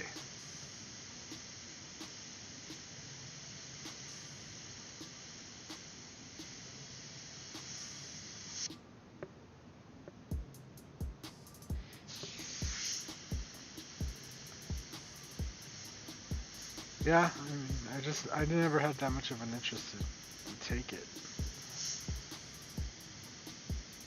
My brother was into motorcycles, though. He likes motorcycles. He has I forget what kind of Harley. It's like an Ultra Glide or something. I don't know, don't quote me on that. I don't know what kind of bike he has.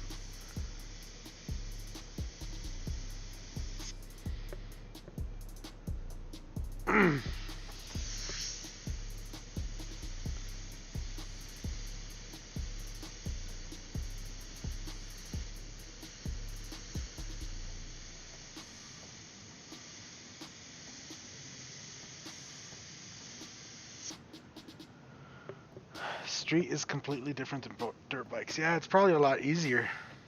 You don't have to worry about bumps and jumps and other riders getting in your way and stuff like that.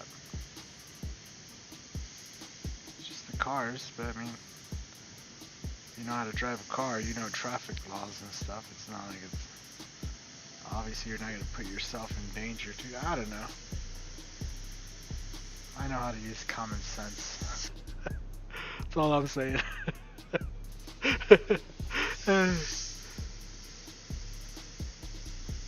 I do like bikes though. I like admiring them. I like doing artwork on them. I like bikes as a form of expression is very interesting to me. Just like vehicles.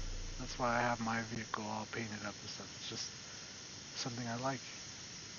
I feel it's like an extension of your clothes, right? So if you have clothes, and you can tell a lot by what a person chooses to wear, like whether they care or not.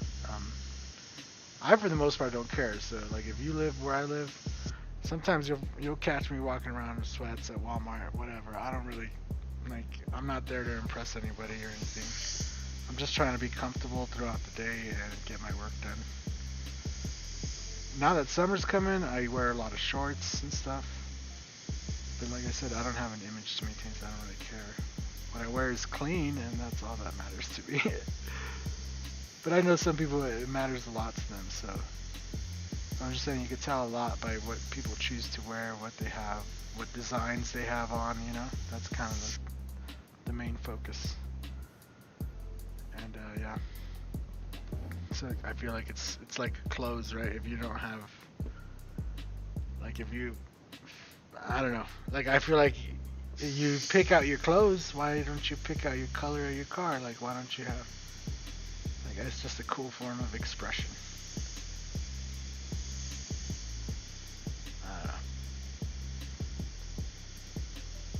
What's funny is the people that I hear that say like, you know, they'll see my car all done or something, and then they'll be like, "Oh, I wouldn't do that to my car." Well, no, duh. That's why you're not me. Break a leg FPV. Being watched. Been watching your videos. Wish me luck. Good luck to you, sir. My volume is low. I can't really make it any higher. If you're picking out shirts, you're thinking of brushing them. Yeah, I mean, that's different, right? Like we're the artists. I'm just saying, like for people. So there's a lot of people that have their cars like painted and done up and stuff, and they are not artists. They're just people. They're just people that really like, you know, having a cool car. And that's, to me, that's interesting. I could vibe with that. I like having a cool car. It's like having cool shoes or having a cool shirt. That's just how I feel.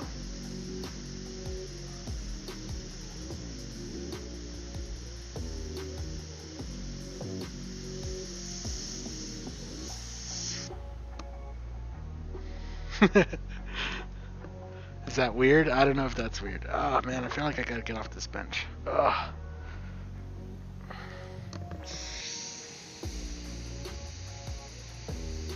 Need to get a pillow for it or something.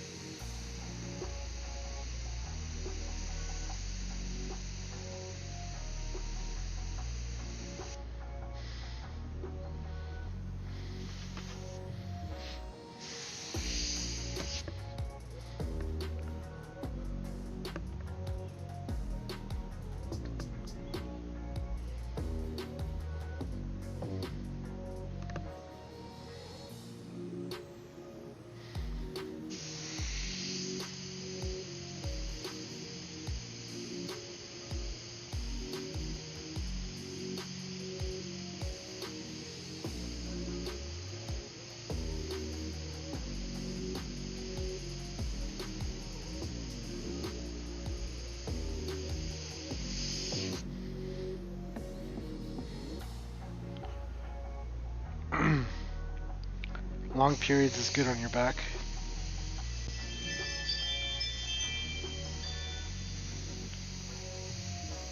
Yeah, this is just like an awkward fairing. So like having to have it propped up like this to be able to paint it right, because fairings aren't exactly, what do you say? Like the top of the fairing, right? I gotta be able to paint it, so you can't have it like laying down or something. Gotta have it going this way.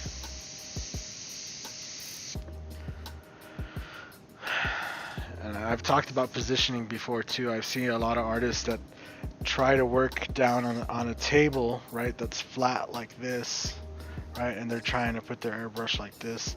And the reason you want to put your airbrush like this and kind of more like this is you want your airbrush, like the main pole, the stick, to literally be like 90 degrees with your surface.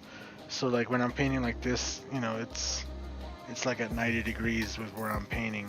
And if I have it like laying flat, then I have to start tipping the airbrush this way, which is not good.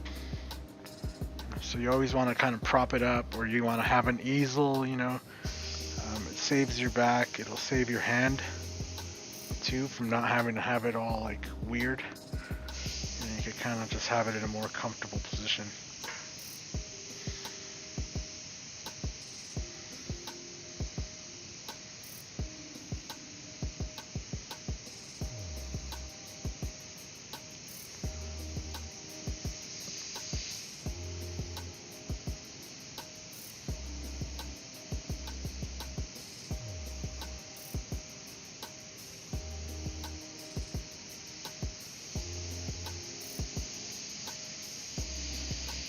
You do what you want.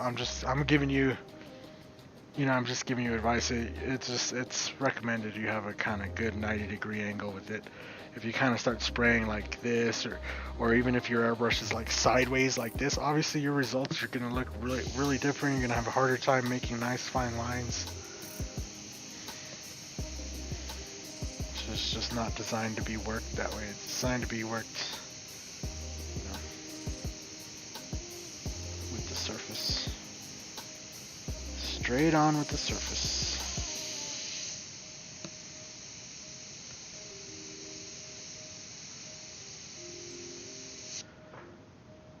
Look at that. That looks cool. It looks shiny. Compared to the other one, it looks shiny.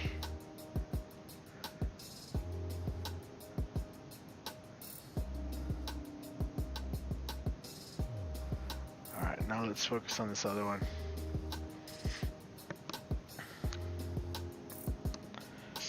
It wasn't really my back that was hurting, it was my bum. It's a square top. It's really a stool that I use for painting stuff, but I was just gonna use it to sit down real quick. But right on, Heather, we'll see you next time. Thank you for stopping by.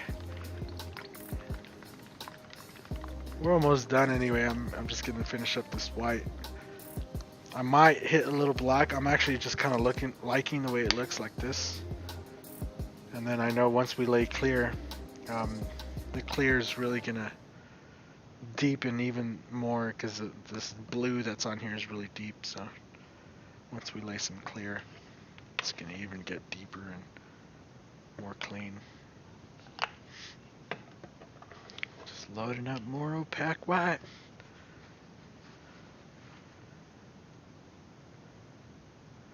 You're welcome, Chris.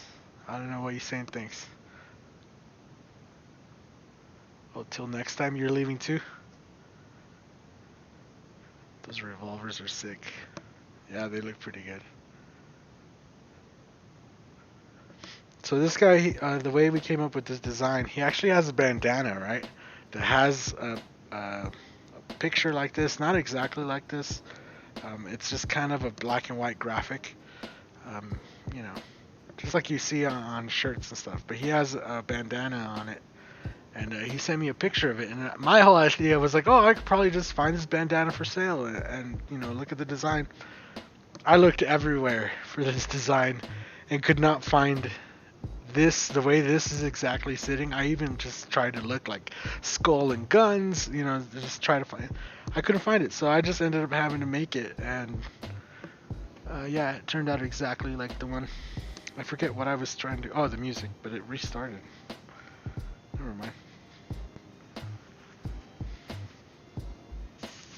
Alright, let's give this bench another try. There you go. Just try not to get in the way of the camera.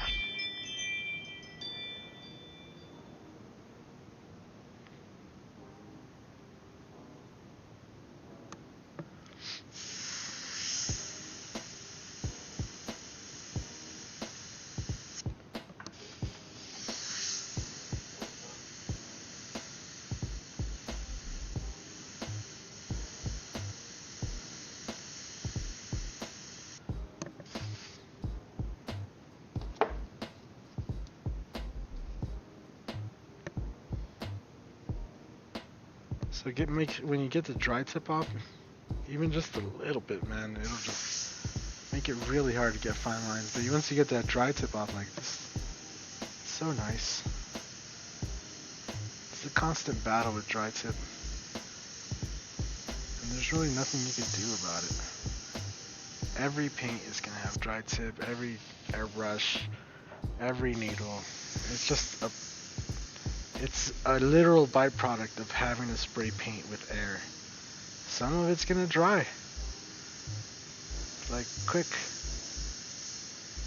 So unless you run your paint super reduced, it's just gonna happen. You can't leave. I just ordered a pizza. No, I'm not leaving. Oh, you ordered a pizza for the chat, huh? Everything looks so great. Thanks, Tommy.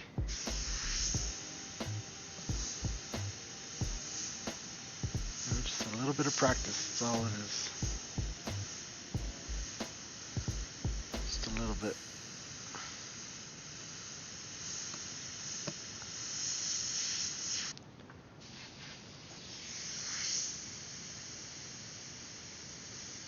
I really don't even think I need to use black, so I'm not going to. I feel like it looks pretty good. Just the way it is. The way it's turning out. With the white over the candy.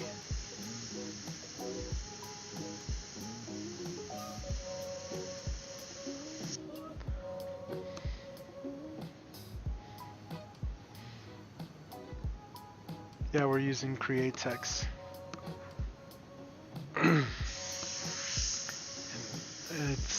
I don't know why people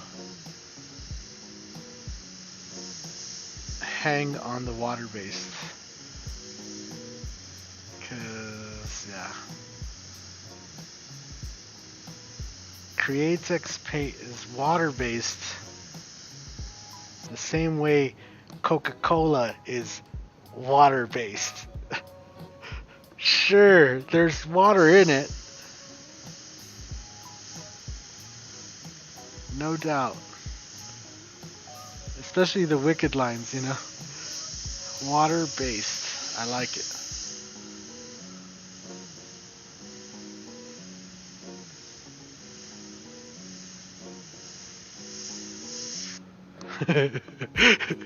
Yeah.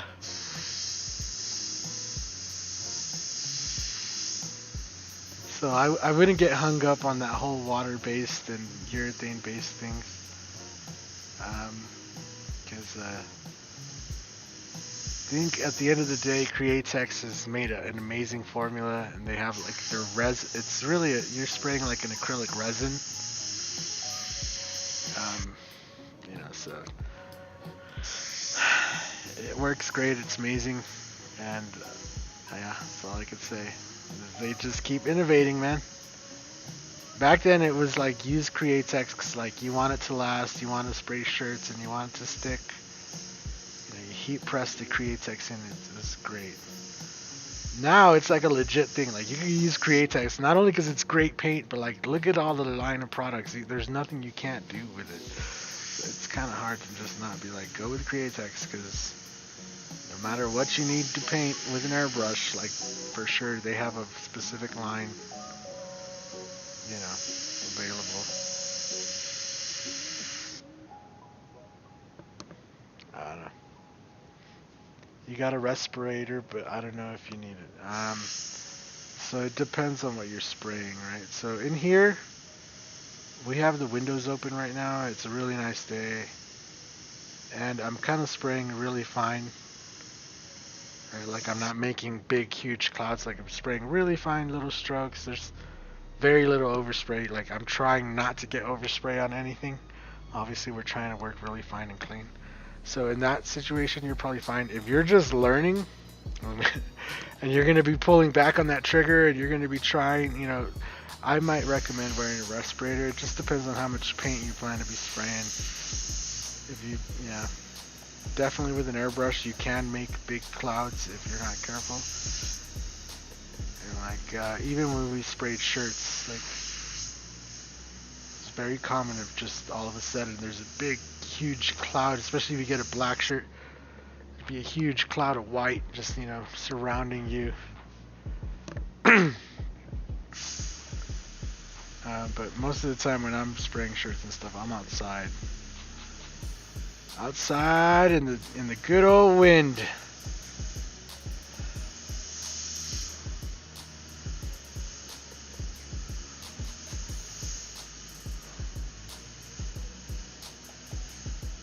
I mean, or in here, and if I start making clouds, I just turn on, I have a ventilator in here, like I just vent all the overspray out and go on about my day.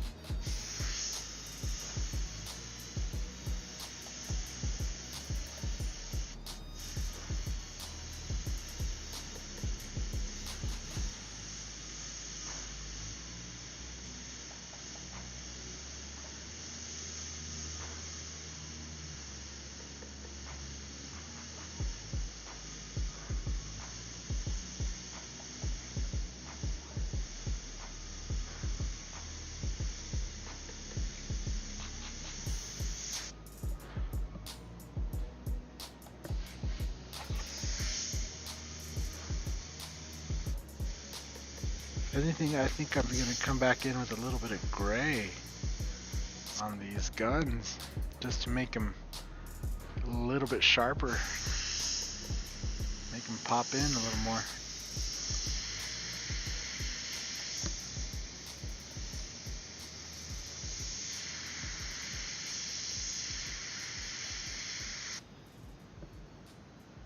Alright, let's just highlight these bones.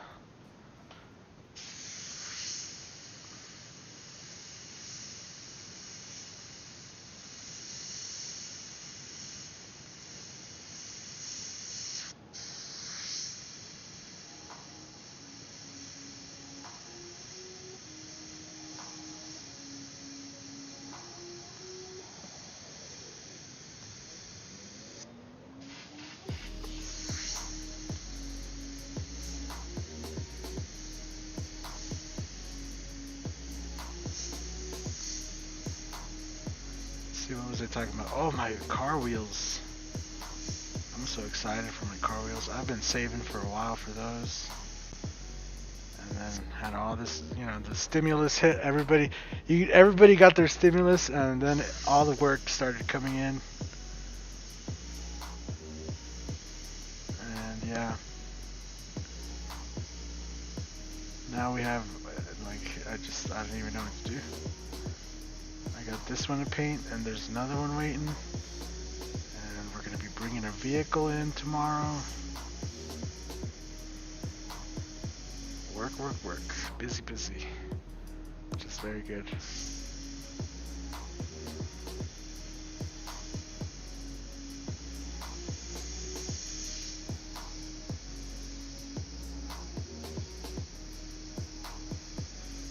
Don't let that discourage you though. If you have a project you want me to get on it, just send me a message. Like most projects like this will be done, you know, tomorrow. We'll lay the clear on it. It'll dry for a few days and then we'll buff it and stuff, but in those few days I'll be working on something else, so just kind of like alternating projects as I go.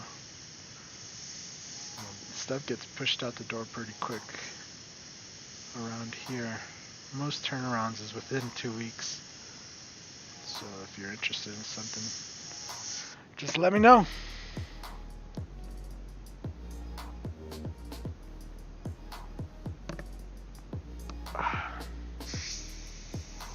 Yeah, the paper towels is probably one of the best tips I could give somebody that's new learning.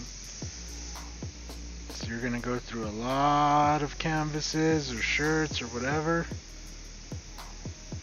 Practice on paper towels, because it's like baby steps, right? At the beginning you're going to be doing a lot of dots, a little lines, dagger strokes, you know, and then eventually you'll graduate to like, oh, I'm able to write my name, and then I could draw some like cool looking stick figures, and before you know it you're like, oh, I'm going to take on this portrait, you know, and you do one of those like follow along portrait things, or you do one of my projects on the YouTube channel, you know, you get the hang of it, and by then you're just off to the races, painting on your own. Then you forget about me, you don't never say hi anymore, then we never see each other again. Then you turn into a big shot, you don't remember who I am, ban me from a Facebook group or something, you know, that kind of stuff happens.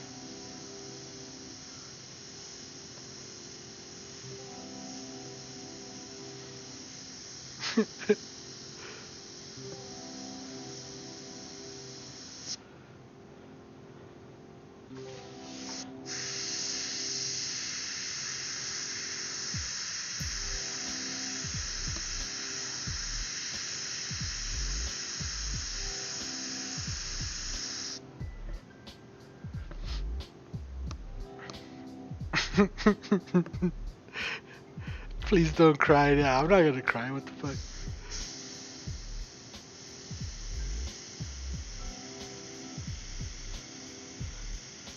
It's just awesome to watch you guys grow up and turn into thriving little airbrush artists. It's what I've always wanted. And it's just awesome to see it when it starts happening. Get super excited. And it's amazing to watch you guys come and go. And I'm not gonna lie, I get a little sad sometimes. I miss my guys in the chat. Where'd he go? And then I go and look, and dang, he's already airbrushing portraits and stuff. Oh, cool for him.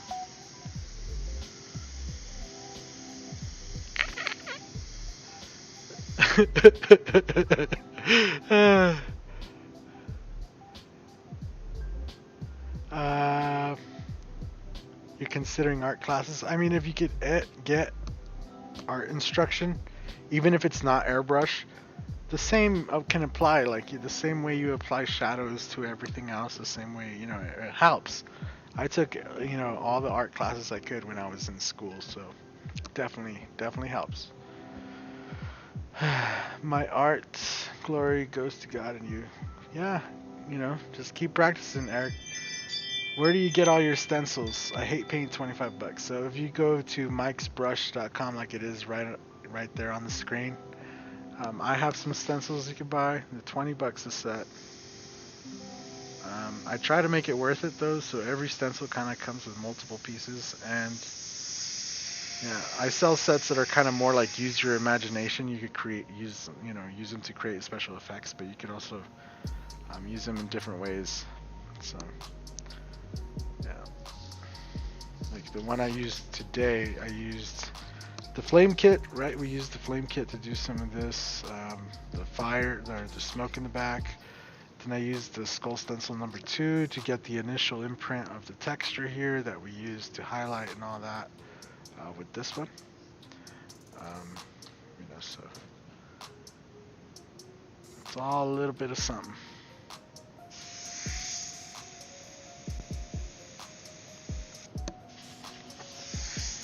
But I just try to make my stencils a little bit more versatile and not just like one-off, you know, like here's a skull, $20. And it's like, oh, that almost kind of feels dirty.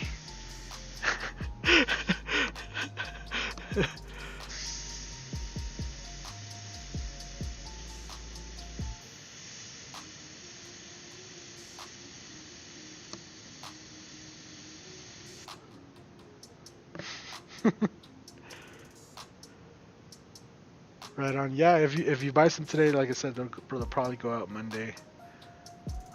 Obviously the post office is closed tomorrow, and I already went today to mail the ones that go out today. Okay, so let's see here. What am I gonna do? I think I'm just gonna mix up some gray to hit these guns a little bit. I kind of like the way the bone and all this kind of turned out. I think I just needed to do a little bit more highlighting right in the middle right here, just to give it a more kind of a focal, you know.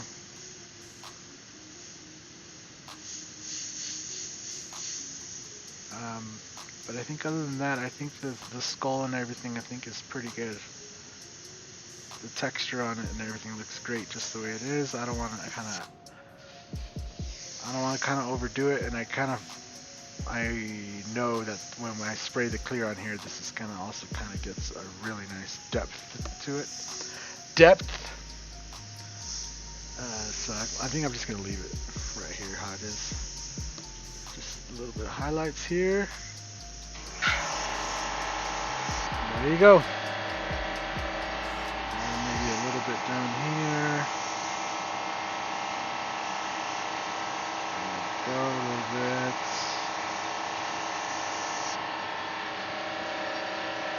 Very nice.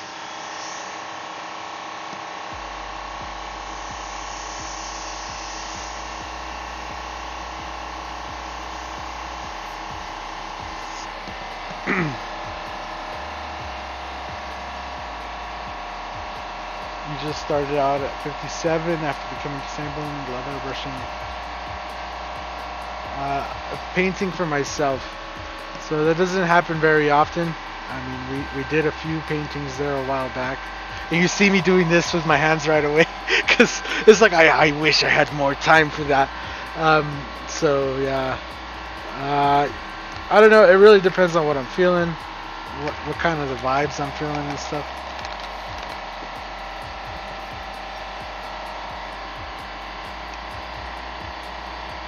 So I'm just going to throw a little bit of black in with this white. I'm just going to mix up a little bit of gray. And we're going to use that to cut in on the guns.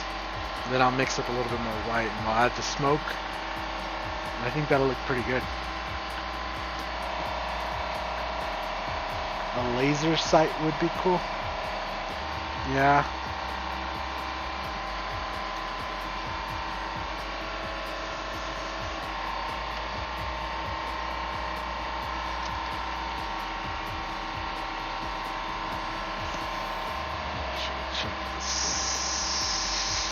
It's got a nice little medium gray there. So let's kind of just go in here.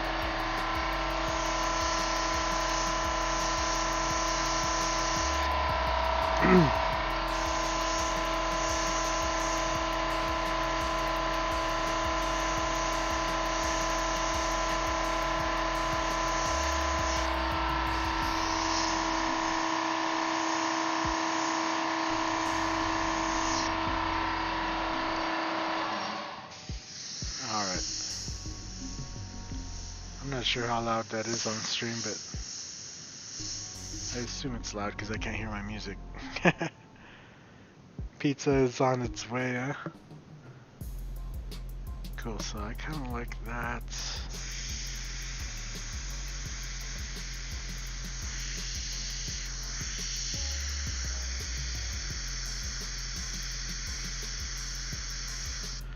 I'm just gonna mix up a little bit darker gray. What up, Justice? How's it going? How you doing today, man?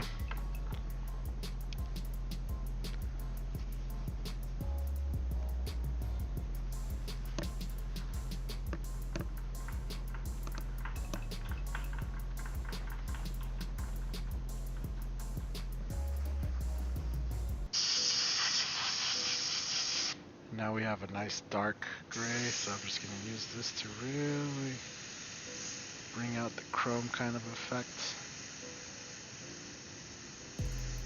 and edge it out.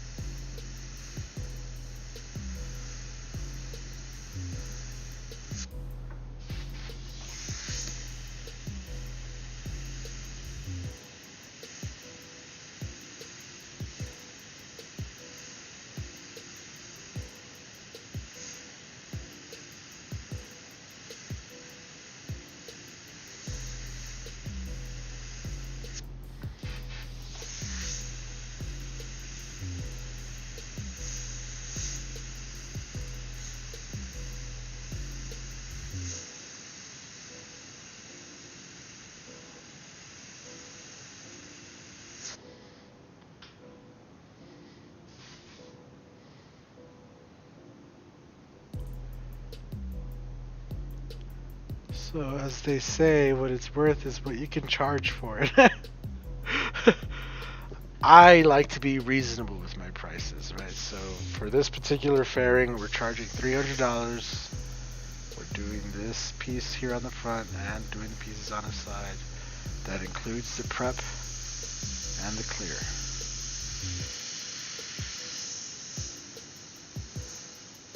Not every guy is going to want to repaint their whole entire bike. So you have to be prepared to offer reasonable, prices for that guy that's just looking to get some artwork done.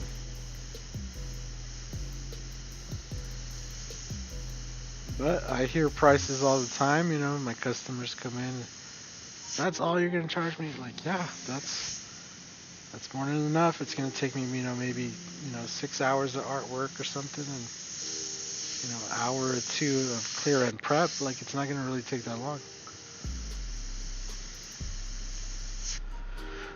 And then they tell me, well, the last guy told me, 3,000 and stuff like that. I just hear crazy prices and honestly just don't know what to tell people. Like, I don't know if I'm too cheap or if people are just trying to get over on somebody.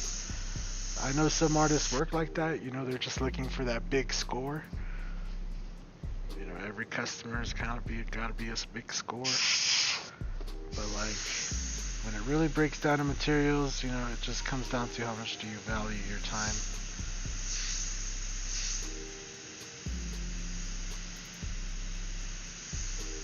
And I'm doing this one completely freehand, so it's not even being all freehand, it's like there's an upper limit on how much time I'm going to take on it. I don't know. So yeah. I will say this, it's much easier to negotiate from a high price to a low price. So keep that in mind.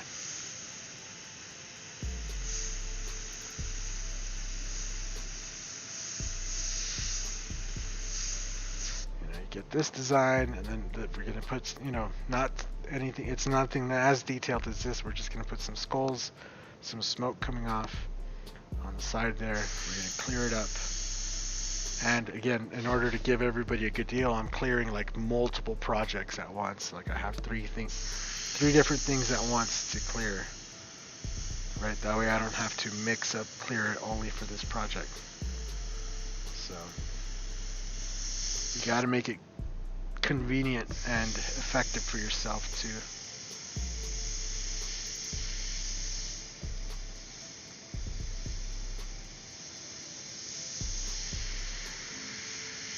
Be realistic. Be realistic about what you want to charge, and I guarantee you'll have a lot more customers than if you try to, hit a home run. And if it's something you love doing, like, I just love painting, right? So I'm perfectly happy charging what I did on this. That's what it comes down to. I'm happy painting, but I know I have to make money, so I gotta charge something for it, right? But I also don't want to be like, $3,000 just because it's me and I'm the best or something. Like, I don't know what the reasoning for charging that much is, but I'm not like that. And most of my customers don't know me. They don't know me from YouTube. They don't know me from Facebook. They don't know me. There's just some guy that, his friend has a bike painted, and I'm the guy that puts some artwork on it. And, how much would it be for this? So, be reasonable, and you'll have customers. Be good too, man. If you ain't good, I wouldn't even recommend trying, because people are gonna. Even if you're good, people are gonna talk smack. But if you're not good, people are gonna talk smack, like smack, all the smack.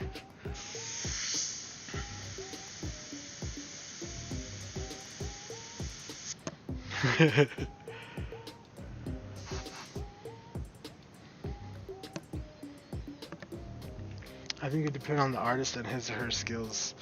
No. I think it depends on what you can charge for it. Whatever you get with somebody to pay for it. And it's going to vary by area, by person to person. So,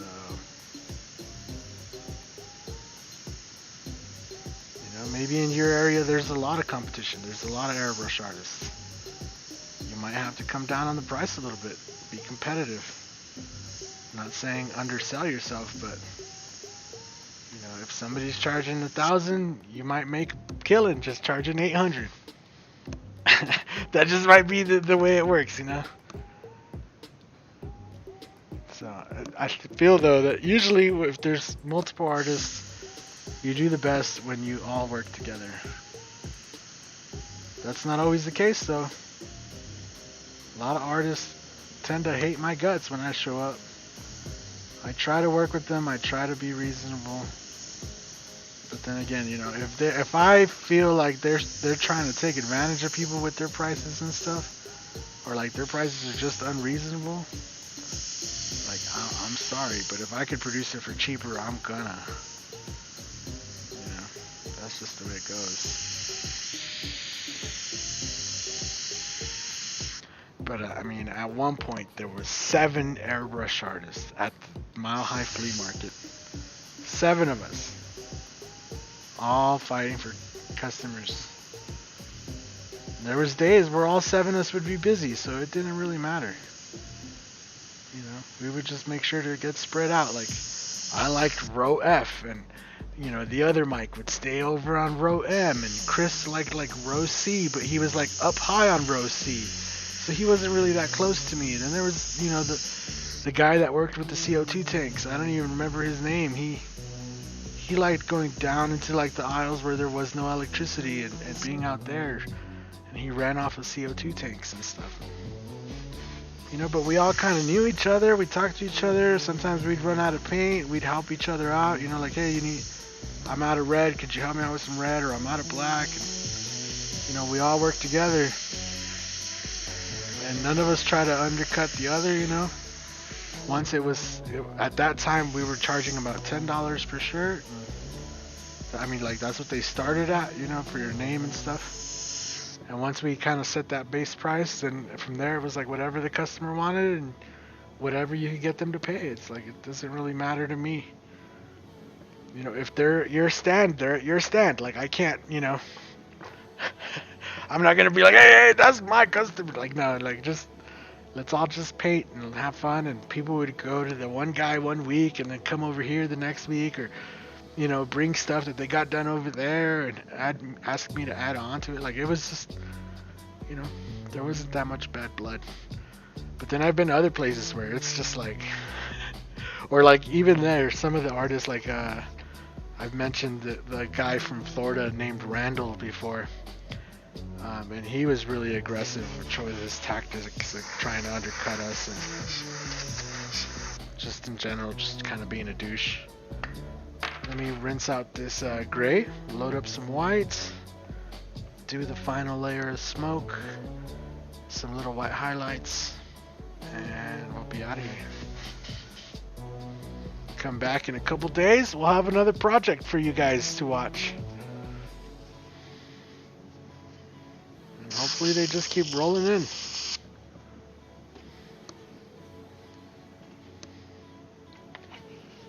You suck compared to a lot of people. Yeah, I mean, a lot of people think they're not as good, but then, you know, there's nothing saying you can't get better. You just gotta practice, man. I just spent so much time practicing. It was hard. And, like, there was a time, like, why do I say, like, it was a long time ago? I've been expecting the paint to be able to eat for a long time, so it's a kind of a dependency thing, too, so... You see me painting, it's because I'm hungry. I'm hungry. So when you're hungry, it's easier to get stuff done and learn. Necessity is a key. Like if you go in that group, you'll see me pictures. I'm old. I mean, I'm young in the picture, and I'm out there already painting because, you know, at that point, that's what I used to pay my rent and pay my bills and everything. So boy was hungry. Alright,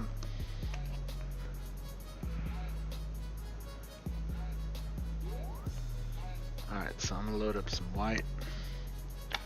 Just gonna throw in just a dash of reducer.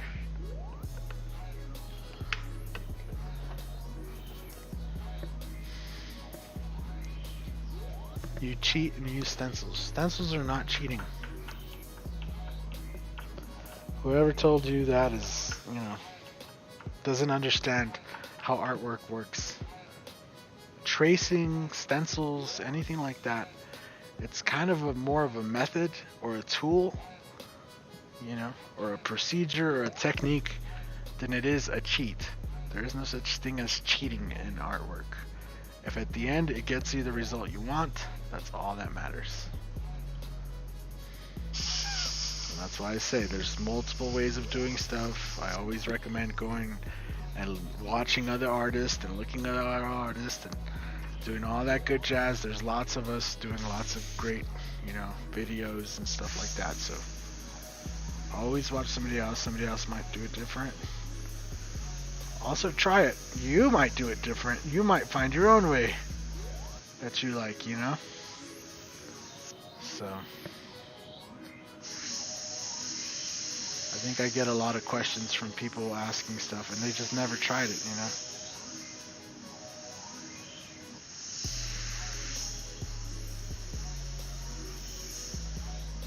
So that's always the first one, is that before you ask, like, just try it. If you have questions about Createx, go read the data sheets, you know? creatextech.com. Get yourself to, you know, where you think you understand. Try it out. Follow the instructions.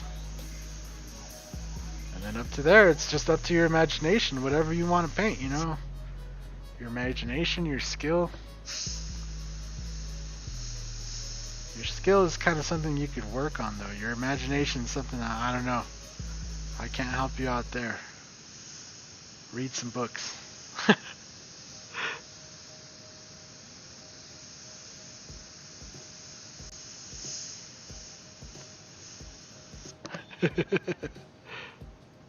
Yeah, exactly. The stencils are just another tool in your arsenal. Well said.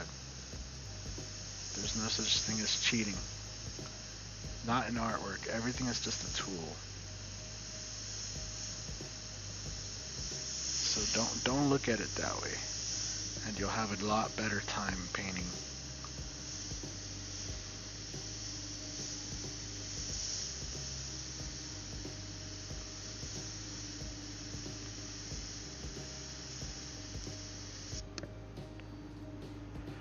Killing it, Mike. Looking great. Thank you, David. Alright.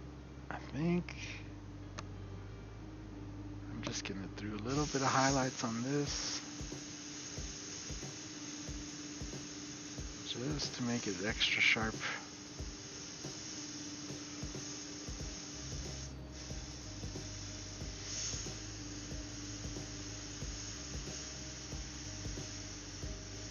So yeah, there's a lot of people too that'll tell you like you can't do this without making a stencil, or you need to make sure you have it all masked off and use Frisket and do all this. Honestly, if you get good enough with your freehand, like there's no overspray.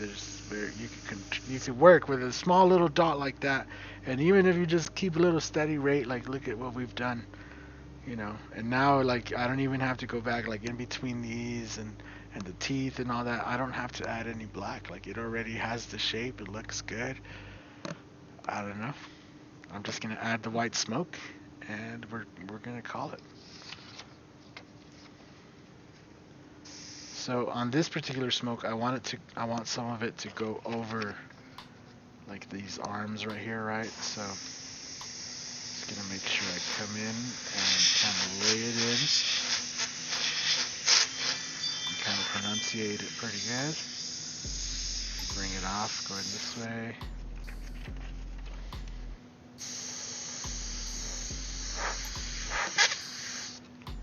Bam.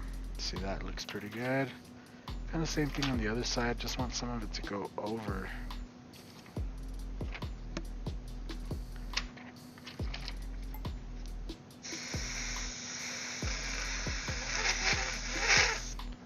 Just like that.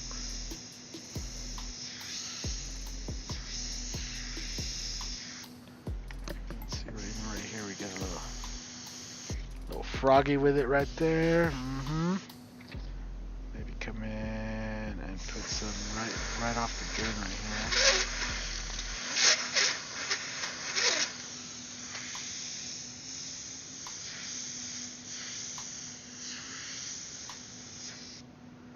There you go. Come back on this side.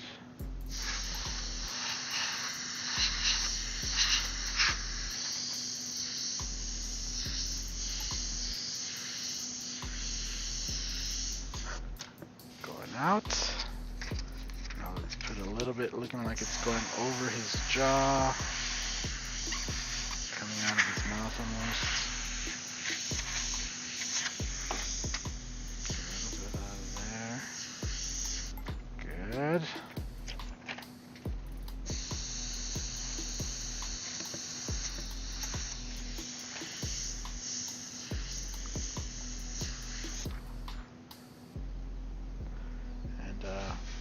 Remember, his bike has a lot of smoke, so I'm just gonna try to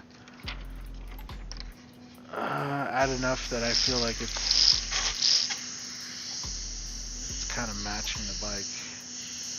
And I remember the reason we did a lot of smoke.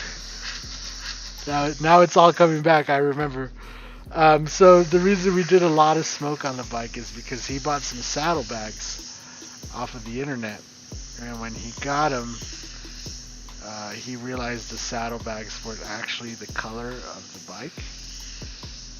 Like the seller lied basically about the color. It was like really close, but you could tell they had used like a cheap knockoff paint, because the Harley paint, a lot of it is like candy paint or 3-stage paint, you know. So when you use a base coat, clear coat, it doesn't look the same. You could tell right away. It doesn't have the same kind of look.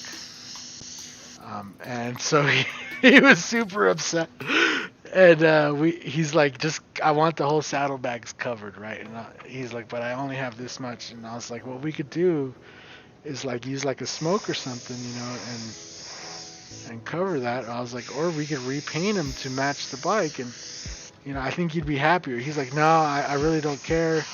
He just like, I just want the artwork on there because about putting it in shows and stuff. It'll probably have more of an impact than having it match color, something like that. And I was like, all right, whatever, let's do it. And yeah, we ended up covering the whole back of his bike with skulls. Like we had to put a bunch of skulls like this. He got a death like on each saddlebag side and stuff, and then we just went crazy all over the saddlebags. But the lids, right, the lids to the saddlebags matched the color of the bike. It's a complicated thing, but you can't really tell now. Now it just looks like it all matches because it's all covered with the artwork, right? So it all worked out in the end.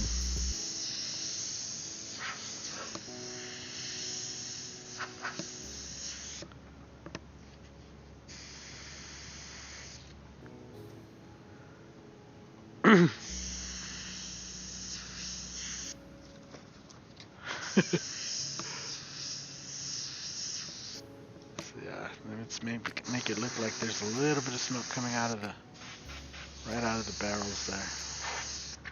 Got one going that way, one going that way. Let's give it a little definition there. There you go. Let's do the same thing on this side. We kind of already got one side. Yeah.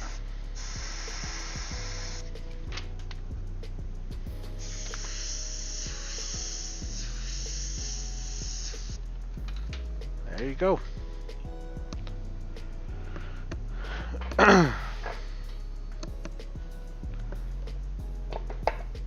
So let's see here. Let's see what kind of shot we can get you guys.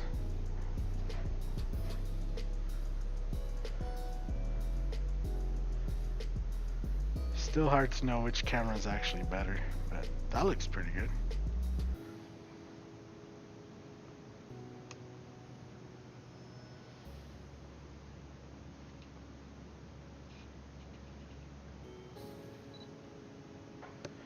Alright, let's see.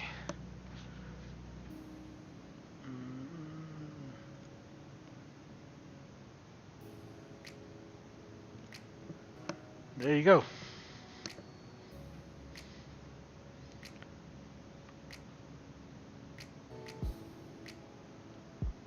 Looks pretty good, I think. What's up, Irby? Yeah, I started with the stencil I made. Cut out.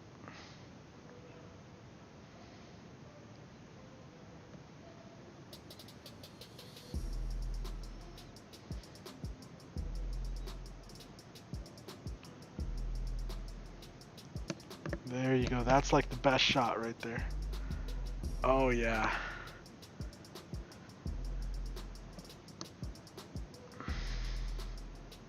I think he'll be pretty happy with that. So yeah, I'm gonna go ahead, go grab myself something to drink and stuff, and come back out here in an hour, finish up the sides, and yeah, like I said, I got all this stuff to clear up. But we'll be back in a couple days, so if you want to see some more artwork, I'll be back in a couple days. Monday, right? Monday is a couple days, yeah. Monday afternoon sometime. So keep an eye out for that. We'll see you guys then. Thank you guys all for hanging out, keeping me company. It was a lot of fun. Big shout out to, who was it here? I believe it was Tim Miner, who donated $10 today using the YouTube donate button. Yes, there he is. So special shout out to Tim Miner today. Also, as always, shout out to Createx for providing the paint for today's video. They're an amazing sponsor of ours. They sent over a lot of their Wicked set just so that we could continue on painting, and I mean, I love it. The new Wicked Opaques, amazing, beautiful paint.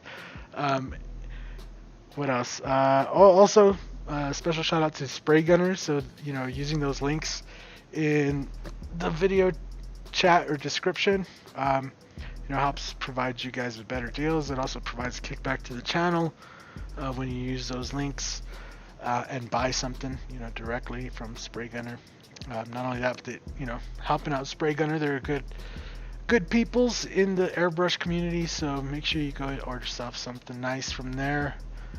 Yeah, we'll see you guys in the next one. Have a good one, everybody.